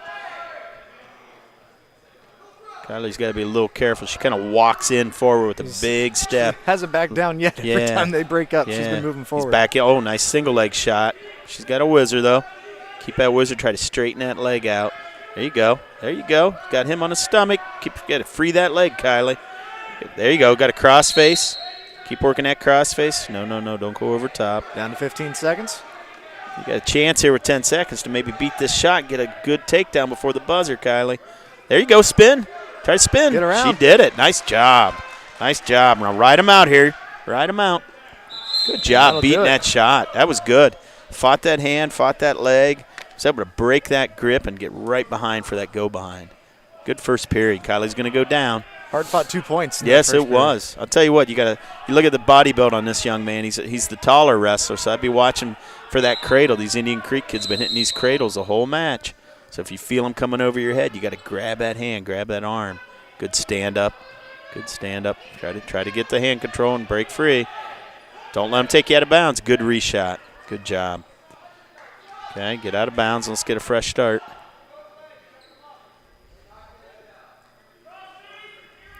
Cross face, Kylie.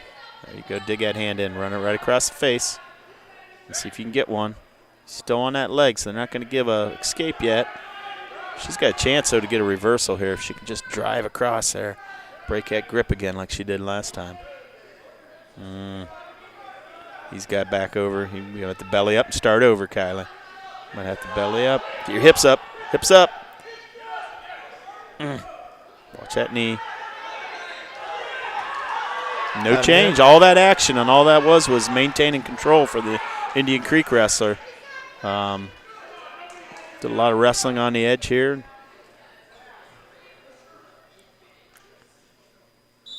It's all right. 2-0 still. Still want to get that escape point if you're Kylie Couch and get a 3-0 lead going into the third. But, she had that stand-up, and it was what we call a reshot. Indian Creek wrestlers, he felt her getting away, just reshot on the leg like he was shooting a takedown and was able to still maintain control. No. Okay. Down to 45 seconds left here in the second period. Kylie's doing a good job fighting, trying to build her base. He's reaching underneath to grab a hand. You got to roll that wrist out. Good. Grab some hands. Build your base. Good job, Kylie. See if she can build up to her feet here. Indian Creek wrestlers doing a good job of staying underneath her arms, grabbing an ankle, driving forward, trying to break her down out of her base. 20 seconds left here in the second. Yep, still got time. We got to get this one. He took her right off the mat. Sometimes a referee will make a call if you push somebody out of bounds on purpose like that. We still got 16 seconds. Need a good first move here on bottom. Not a lot of time to work to get away. Caution here on the bottom wrestler. Going to make him reset and get in the right position. Good stand-up, good stand-up. Good stand-up. Watch the reshot when you break away. Watch that reshot. Good job.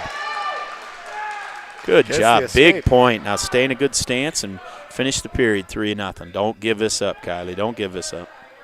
All right. So time expires. 3-0. The lead here for Kylie. I'll tell you what, it's going to be the Indian Creek wrestler. He's going to take down. Kylie's pretty solid on top. I've watched her work some good things with that Butcher in that match she won. Let's see if she can finish strong here. She's up 3-0. Good job breaking them down flat, trying to work an arm bar. She's got the arm barred. You got to try to put that up on their back and keep your weight on it. The key is you're up here 3-0, so the onus is going to be on you to work to score. So you want that referee to think you're not stalling. You want to keep working your turns, keep working some halves and some bars. She's got a nice half right now. This is tight. This is tight. She's got a chance to stack this. Keep going. There it is. There's near fall points. She might get a fall. She might get a pin here. This is tight. Right up against that out of bounds line. The West Holmes bench wants that. He was able to fight through. That's 3 back, 6-0. Boy, the West Holmes bench was standing up looking for why aren't you calling this? Brent Rayburn was able to fight off the pin. Yeah, that was tight too. I give him credit. She's up 6-0. Yeah, you just got to be smart. The only thing that's going to beat you is a big move where maybe they roll you and get you to your back. So just stay smart, stay solid. 1 minute and 4 seconds remaining here in this third period.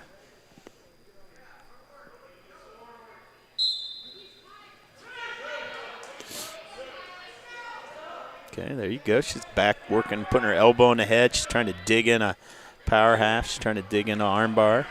Keeping the pressure on. That's good. Working to score.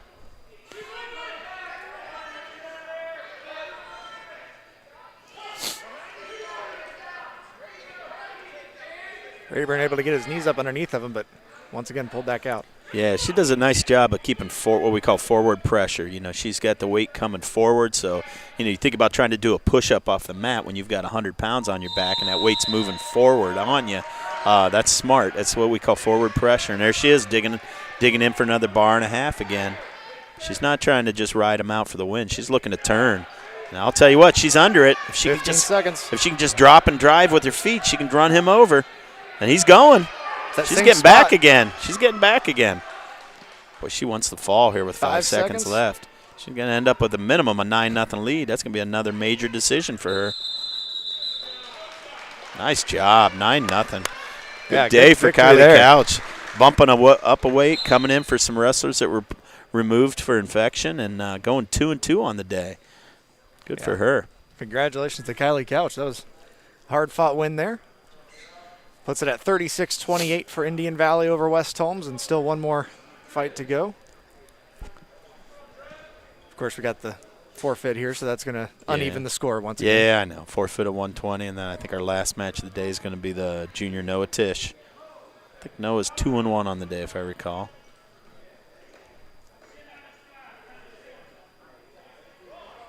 Well, see if they're going to send somebody out. It looks like we're not going to get a contested match. Wow, we probably only wrestled 6 matches that round. Wow. By the time all the forfeits were given out per either team. And looking at the benches, you'd think we'd have saw more than that, but Tish was what weight class again? 120? 126. 126. Okay. And I think that was the final match. Yeah. So Indian Creek's going to come away with the win, but some good positives for the West Holmes team, obviously. Yeah, some good matches there. I mean, obviously Tucker Kaufman went out and stuck a pretty good wrestler there really quickly. It's a lot of forfeits. Kylie Couch, probably one of the more exciting matches of the day there, too, going out and getting her second win and sending a little message to some of the girls in the state of Ohio that she's looking to get on a podium this year. Absolutely. Well, we've still got the other side here, Buckeye and Keystone finishing up. Obviously, we don't have the information on them, so we're going to pop back off the mics. I'll be back here later on to recap everything for the end of it, but for now, we're going to go ahead and say goodbye for this, and you can finish watching it here on Facebook and on YouTube. Thanks for coming, Will. Thank you. I'll see you, I guess, next Saturday.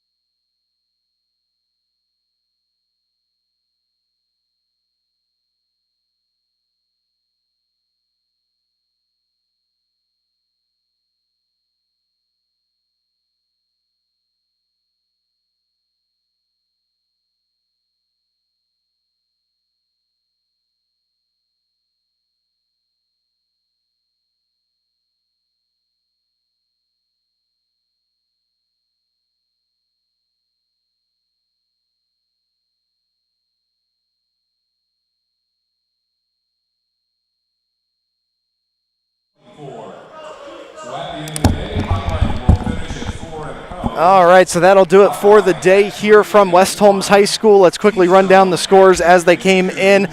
We got the round one. It was West Holmes falling to Keystone 41-29, while Highland defeated Buckeye in a very close matchup, 37-36. In round two, West Holmes falls to Buckeye 57-22, and Highland gets the win over Indian Creek 57-15. And then also in round three, it was Buckeye getting the win over Indian Creek 60-21, while Highland defeated Keystone 57-18. In round four, Highland defeats West Holmes 66-12, while Indian Creek falls to Keystone 39-34.